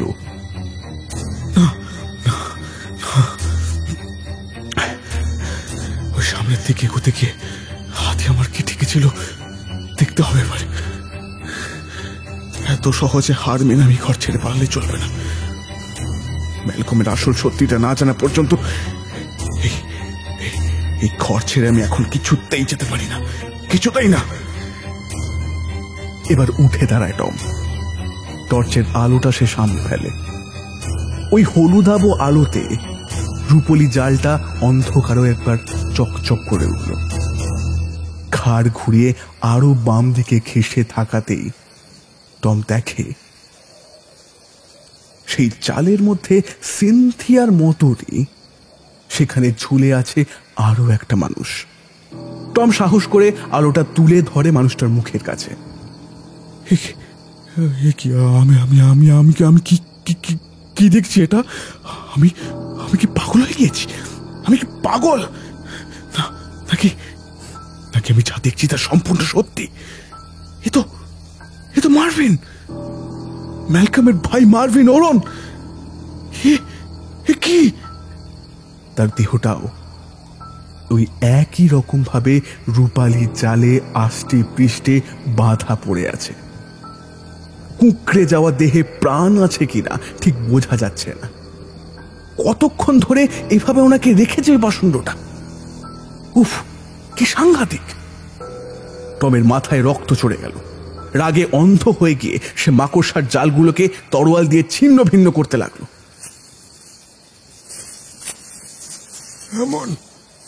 এমন করো না টম, এভাবে নিজের বিপদ ডেকে এনো না।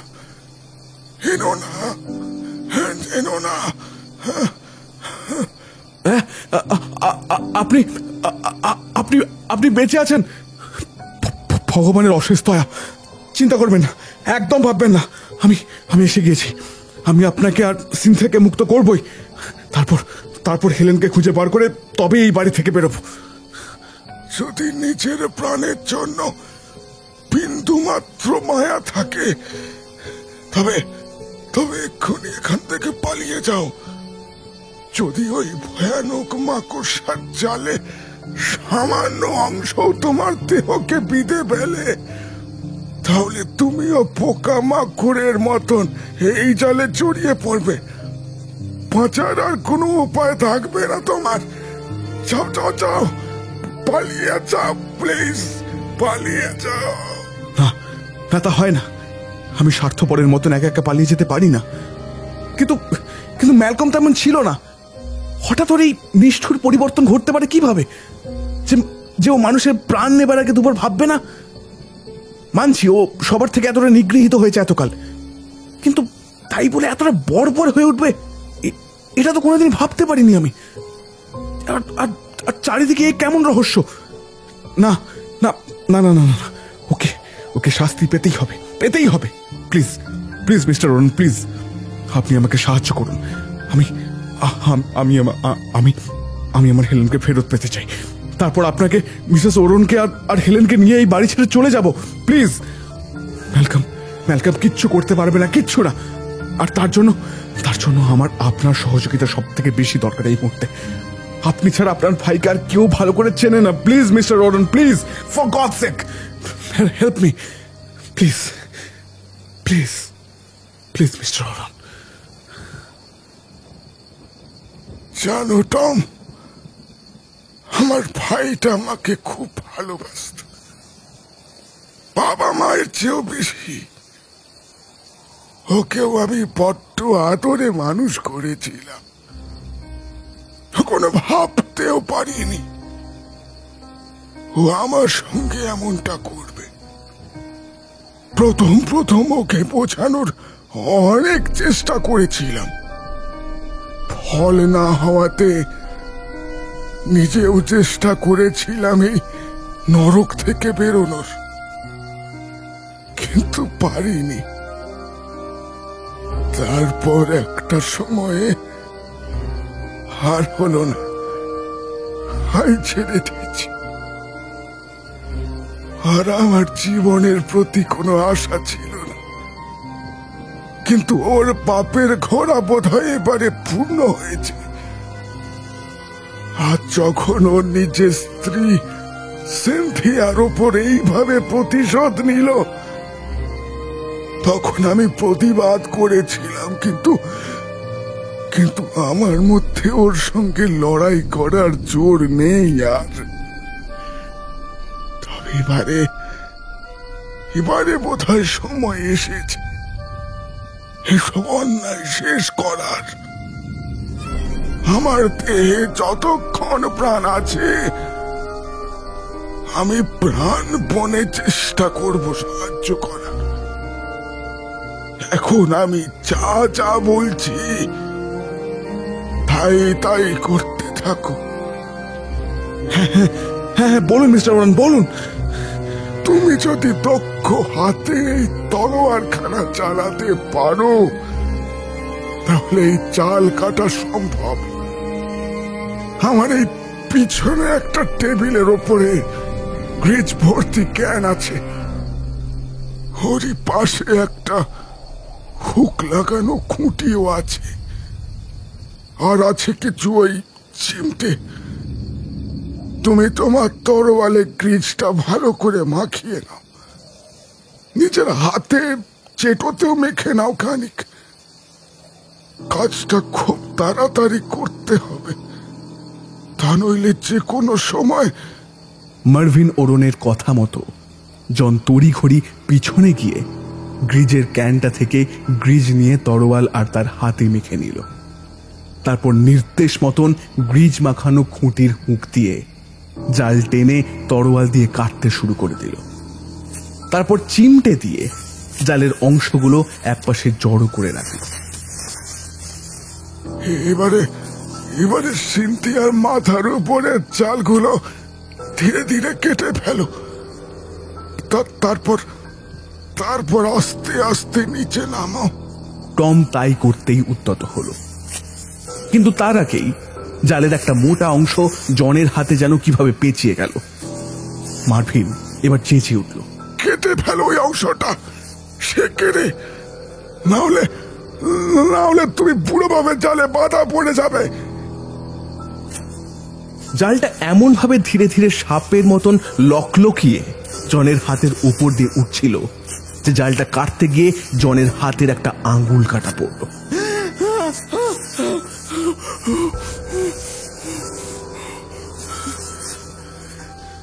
যন্ত্রণায় কুঁকিয়ে উঠল সে। দাঁতে দাঁত চেপে যন্ত্রণা সহ্য করল টম। পাছে চিৎকার করলে ম্যালকম শুনতে পেয়ে যায়, তাই নিজের আঘাতটা অগ্রাহ্য করে সে কোনো রকমে হাঁপাতে এগিয়ে গেল সিনথিয়ার দিকে। শরীরের সমস্ত শক্তি দিয়ে জালটাকে কাটতে লাগলো সে। বেচারি বেচারি শীতের সাথে সিনথিয়ার উপর কতই না অত্যাচার হয়েছে। ওর দোষের মধ্যে কেবল নাকি একটাই বড় দোষ ছিল, ও যৌবনে বামন ম্যালকম ওরনের দেওয়া তার বিয়ের প্রস্তাব প্রত্যাখ্যান করেছিল।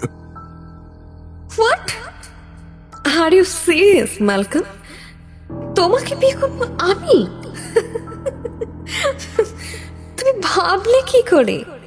নিহাত সকলে তোমাকে তুচ্ছ তাচ্ছিল্য করে কথা বলে বলে আমার দয়া হতো, তাই তোমার সঙ্গে বাড়তে সিম্প্যাথি নিয়ে কথা বলতাম। তাতে তুমি এত কিছু ভেবে নিলে? Just look at me and then নিজের চেহারাটা গিয়ে আরো একবার আয়নায় দেখো। যদি কোনোদিন আমার যোগ্য হতে পারো, সুপুরুষ হয়ে উঠতে পারো, তখন না হয় এসো আমার কাছে। না জাস্ট গেট লস্ট। তখন থেকেই ম্যালকম ঠিক করে একদিন সিনথিয়ার উপর থেকে এই অপমানের প্রতিশোধ নেবে। শুধু সিনথিয়াই নয়, সেই দিন থেকে ম্যালকম সমস্ত মেয়ে জাতটাকেই মনে প্রাণে ঘৃণা করতে শুরু করে। তাদের ওপর নিজেদের আক্রোশ মেটানোর সুযোগকে সে এতদিন জঘন্যভাবে কাজে লাগিয়ে এসেছে।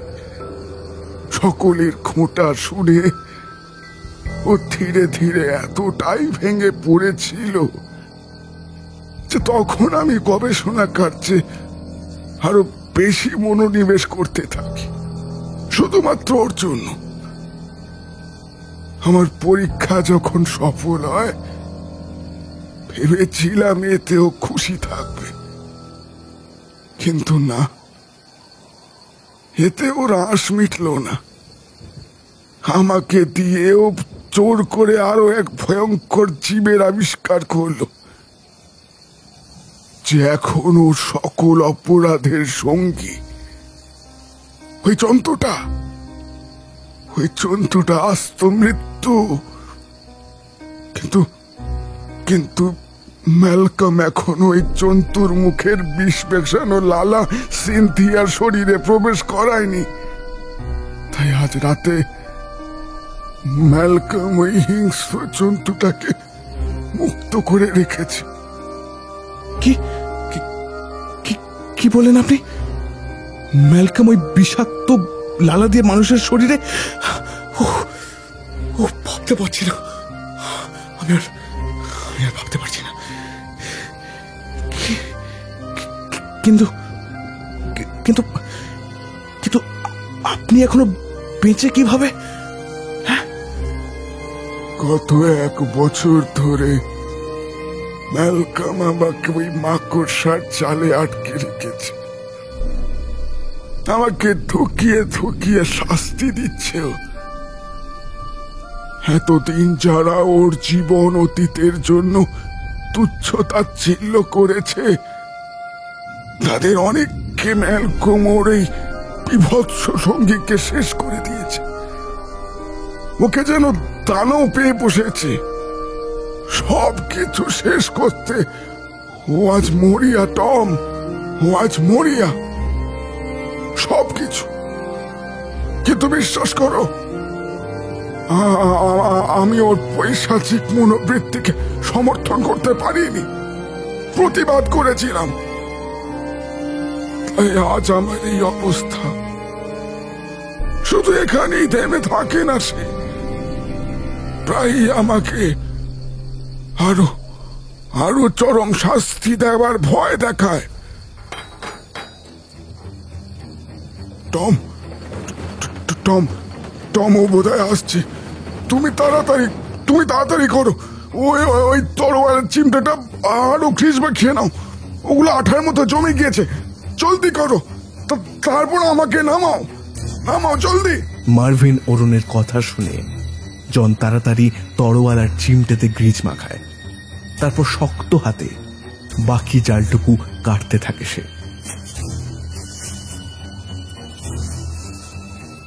হয়ে গিয়েছে। নামুন নামুন মিস্টার ওরান, আস্তে আস্তে। আমি পারছি না দাঁড়াতে, আমার পা, আমি। টম অনেক চেষ্টা করলো মিস্টার মার্ভিন ওরনকে দাঁড় করানোর, কিন্তু পারল না। ওনার পাটা যেন কাঠের মতন শক্ত আর অসাড় হয়ে গিয়েছে। আমি পারছি না, আমি পারছি না। এদিকে এতক্ষণে সিনথিয়ার জ্ঞান ধীরে ধীরে ফিরে এসেছে। সে কোনো রকমে টমকে বলল, মিস্টার টম, আপনি যান, আমি থাকছি ওনার কাছে। আপনার এখন হেলেনকে খুঁজে পাওয়াটা খুব জরুরি, নয়তো শেষ করে দেবেন মেয়েটাকে। আপনি যান, তাড়াতাড়ি যান। সিনথিয়ার কথাগুলো শুনে সাহস করে উঠে দাঁড়ায় টম। সত্যি এবার ওর হেলেনকে খুঁজে পাওয়াটা খুবই দরকার। তরোয়ালটা হাতে চেপে ধরে টর্চের আলোটা সামনের দিকে ফেলে সে দৌড়ে এগিয়ে গেল ঘরের দরজাটার দিকে। কিন্তু বাইরে বেরোনো তার আর হলো না। সেই আলোতেই টম সামনের দিকে তাকিয়ে দেখল দরজা ঘিরে দাঁড়িয়ে আছে খোদ ম্যালকম। তার হাতে জ্বলন্ত একটা ল্যাম্প, আর অন্য হাতে ধরা কাঁধ থেকে ঝুলে থাকা হেলেনের অচেতন দেহ। ম্যালকমের চোখ দুটো ভাটার মতন জ্বলছে, দৃষ্টিতে বন্য পশুর মতন বড় বড়তা তার। টমের দিকে তাকিয়ে সে পৈশাচিক স্বরে একবার হেসে উঠল।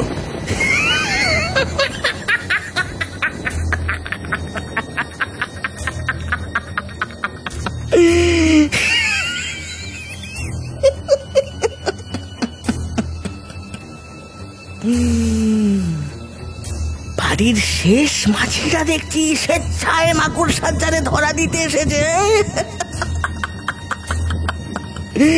কি টম, কি তোমার সুন্দরী স্ত্রীকে এমন অবস্থায় দেখে খুব কষ্ট হচ্ছে বুঝি? হ্যাঁ, তা তো হবেই।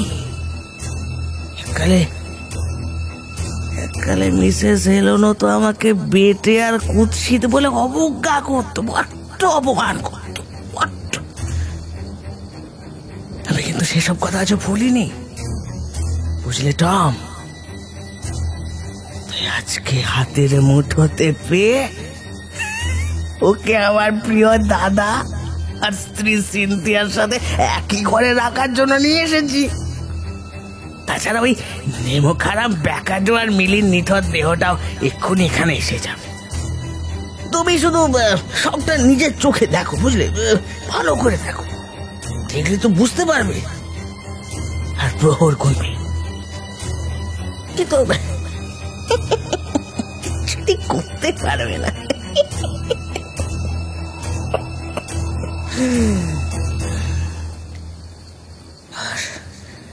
আর এক পাও এগোবে না, বুঝলে? এক পায়ে গেলে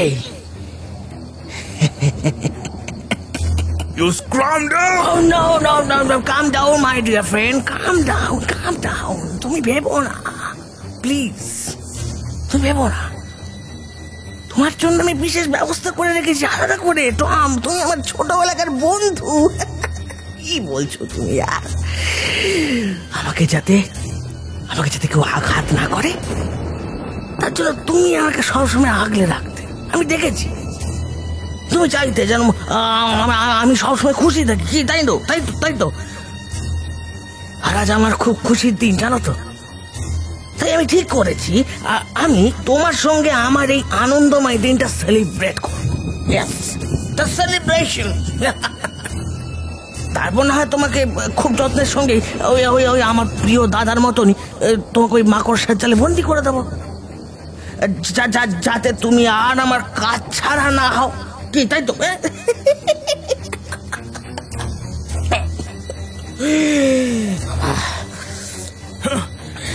কি বললে? মাকড়সার জাল? তুমি আমাকে ভয় দেখাচ্ছ?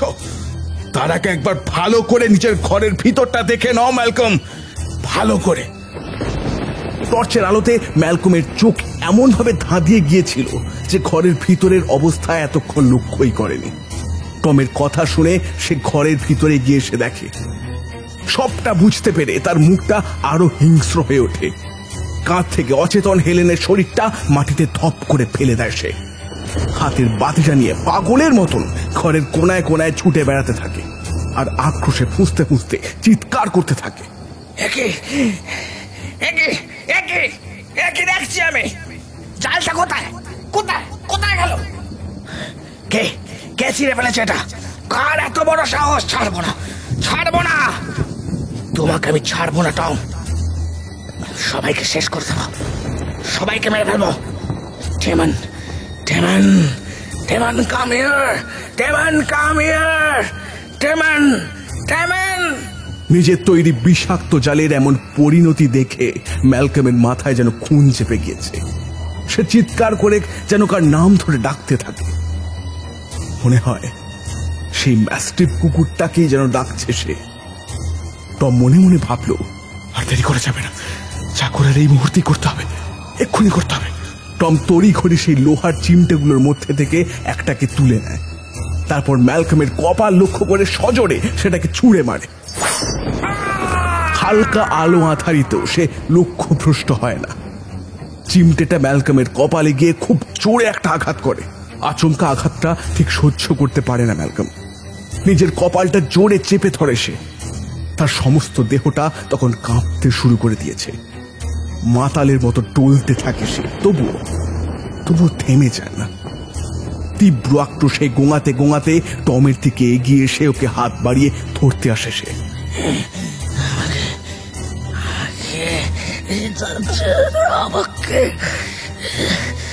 আমাকে মেরে ফেলবে পারবে না টম।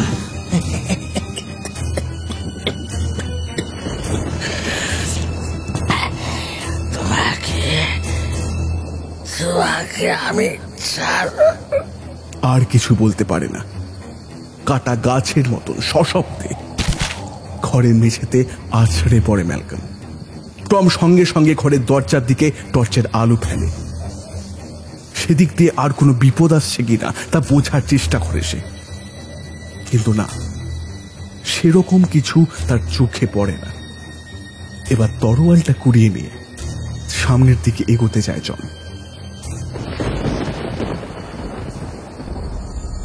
দরজার উপর থেকে ভেসে আসে সেই পরিচিত জান্তব গোঙানি, আর সঙ্গে সঙ্গে সেই চেনা দুর্গন্ধ।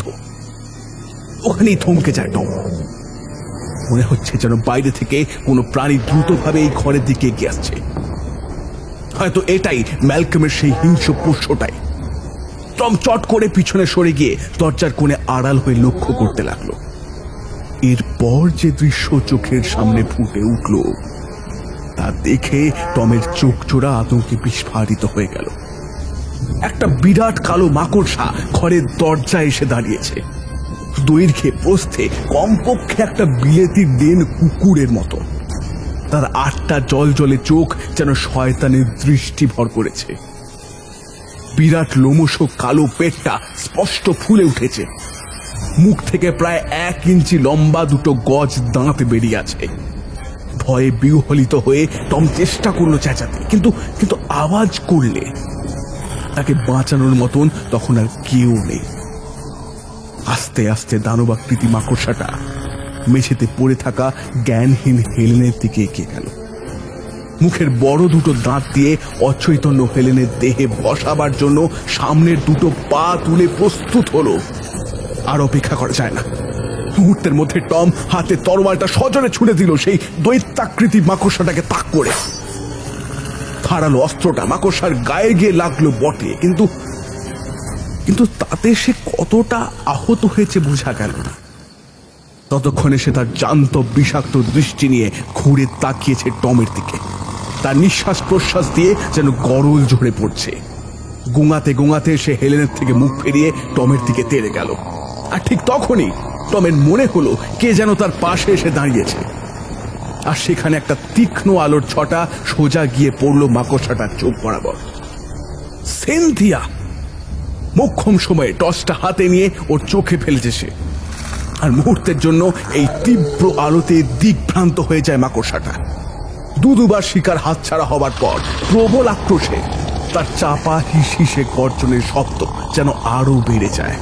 তাড়াতাড়ি মিস্টার টম, তাড়াতাড়ি তাড়াতাড়ি মিস্টার ব্রাইডিকে যেভাবে মেরে ফেলুন, তাড়াতাড়ি।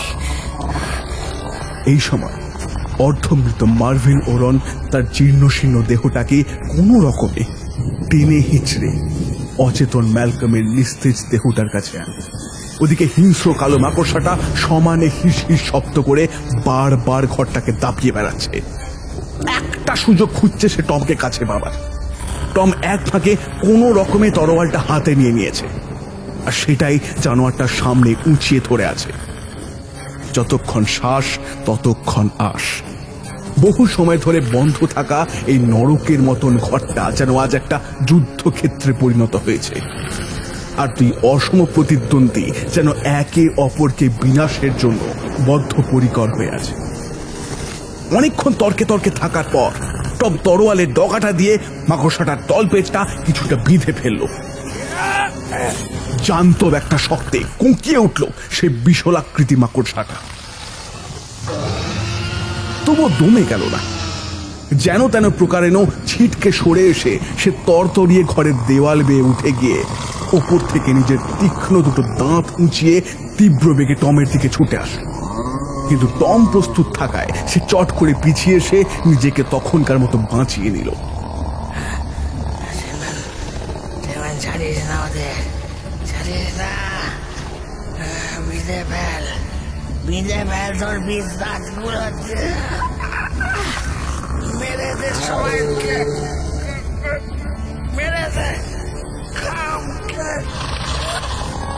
ম্যালকমের চেতনা ফিরছে ধীরে ধীরে। বিড়বিড় করে কথাগুলো বললেও পুরোটা শেষ করতে পারল সে। এই সময় আচমকাই ম্যালকমের কিছু বুঝে ওঠার আগেই তার গলা লক্ষ্য করে ঝাঁপিয়ে পড়ল মার্ভিন ওরন। দেহের অবশিষ্ট শক্তি দিয়ে নিজের পাপিষ্ঠ ভাইয়ের টুটিটা সজোরে চেপে ধরল। মরণাপন্ন মার্ভিন ওরনের দেহে বোধহয় শেষবারের মতন শক্তি দিলেন উপরওয়ালা। তার আক্রমণের থেকে কোনোভাবেই নিজেকে ছাড়াতে পারছে না আজ বলশালী ম্যালকম। নিজেকে বাঁচানোর জন্য সে মরিয়া হয়ে হাত পা ছুঁড়তে লাগলো। আর ঠিক সেই সময় পাশে পড়ে থাকা জ্বলন্ত ল্যাম্পটা ম্যালকমের হাতের ছাপটায় উল্টে পড়ে গেল। মেঝেতে থাকা তরল গ্রিজের ধারাটা আগুনটাকে চট করে ধরে ফেলল। চোখের পলকে ধীরে ধীরে আগুন জ্বলে উঠল চারপাশে। মুহূর্তের মধ্যে এত কিছু ঘটে যাওয়ায় টম একটু অন্যমনস্ক হয়ে যেতেই সেই সুযোগে দানবাকৃতি মাকড়সাটা একটা মোটা চটচটে আঠালো জালের দড়ি ছুঁড়ে দিল তার দিকে। জালটা তরোয়ালের ডগায় এসে চেপে বসে গেল, আর সঙ্গে সঙ্গে সেটা টমের হাত থেকে খসে পড়ে গেল। কি ভেবেছিলিস তোর এখান থেকে বেঁচে ফিরবি?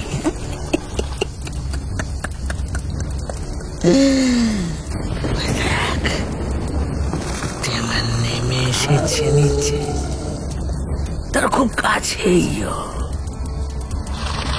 এরপর নিচের বিষ দাঁত বসিয়ে দেবে তোর গলায়।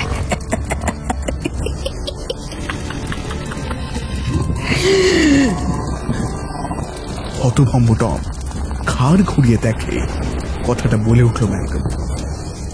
না, শেষ রক্ষা হয়। দুর্বল মার্ভিন ওরন পেরে ওঠেননি বলশালী ভাইয়ের সঙ্গে।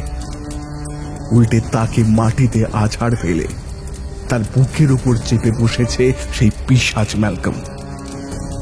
আর তারপর শয়তানের মতন হাসতে হাসতে নিজের দুই হাত দিয়ে তার আপন দাদার মাথায় সজোরে আঘাত করল সে। তৎক্ষণাৎ মার্ভিনের মাথাটা যেন ডিমের খোলার মতন টুকরো হয়ে ভেঙে ভিতর থেকে ঘিলু ছড়িয়ে পড়ল চারপাশে। টম আর সিনথিয়া আতঙ্কে চোখ বুজে ফেলল। হায় ঈশ্বর, এই নির্দোষ মানুষটার কিনা এই ভবিতব্য ছিল। টম এবার চেঁচিয়ে উঠল, হ্যাঁ বেরোবে, হ্যাঁ হ্যাঁ আমরা বেরোবো এই বাড়ি থেকে। তুই আর তোর পোষা হিংস্র বর্বর পশুটা জ্বলে মরবি এই বাগান বাড়িতে। কথা বলতে বলতে ম্যালকমের অলক্ষ্যে টম নিচে পড়ে থাকা তরোয়ালটা তুলে সজোরে ছুঁড়ে দেয় সেই মাকড়সাটার পেট লক্ষ্য করে। কিন্তু না, এবার আর ভুল হয়নি। এবারে মোক্ষম মরণ কূপ পড়েছে। দিক বিদিক জ্ঞান শূন্য হয়ে মাকড়সাটা ছিটকে সরে যায়। তার শেষ প্রতিশোধ নেবার জন্য নিজের বিষ দাঁত বিধিয়ে দিতে আসে সে টমের উপর।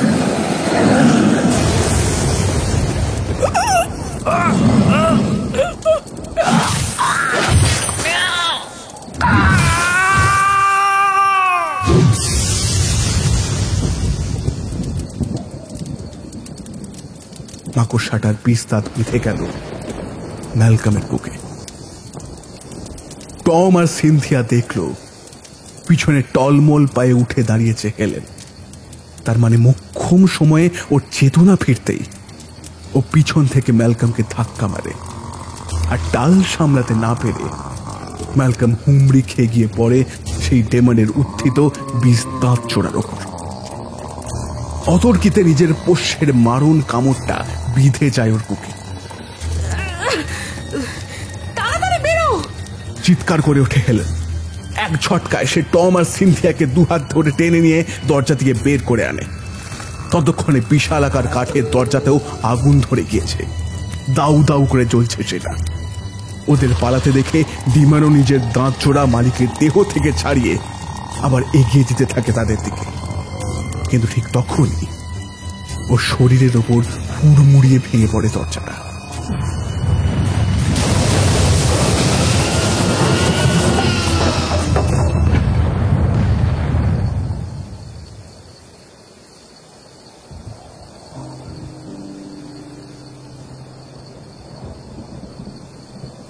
শেষ হয়ে গেল ম্যালকম ওরন।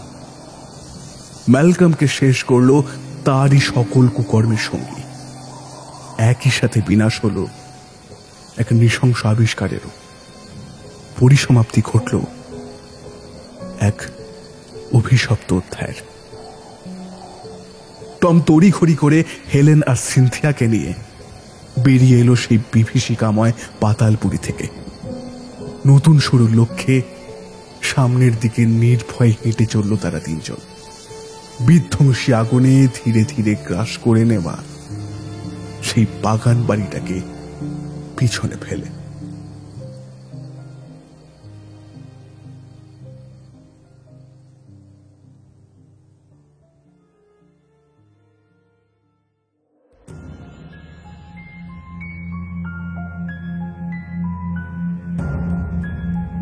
শুনলেন আজকের গল্প ফ্রিজ লেবারের লেখা বিষাক্ত ছোঁয়া। আজকের গল্পের সমগ্র চরিত্রে শুভ ও সমৃদ্ধি, গল্পে পোস্টার ডিজাইনে রূপ, ভিডিও এডিটিং ও স্পেশাল এফেক্টসে মলয়, সাউন্ড ডিজাইনে শুভ, ভাষান্তর করেছেন নার্গিস লায়লা এবং সমগ্র পরিচালনায় সমৃদ্ধি ও শুভ। আজকের গল্পটি শুনে আপনাদের ভালো লেগে থাকলে অবশ্যই লাইক ও শেয়ার করুন এবং আমাদের চ্যানেলকে সাবস্ক্রাইব করুন। আপনাদের বিভিন্ন মতামত আপনারা কমেন্ট করেও আমাদের জানান। ফিরে আসবো পরের সপ্তাহে আমার এক রোমাঞ্চকর গল্প নিয়ে। শুনতে থাকুন দ্য ওয়ান্ডার ইন বুকশেলফ।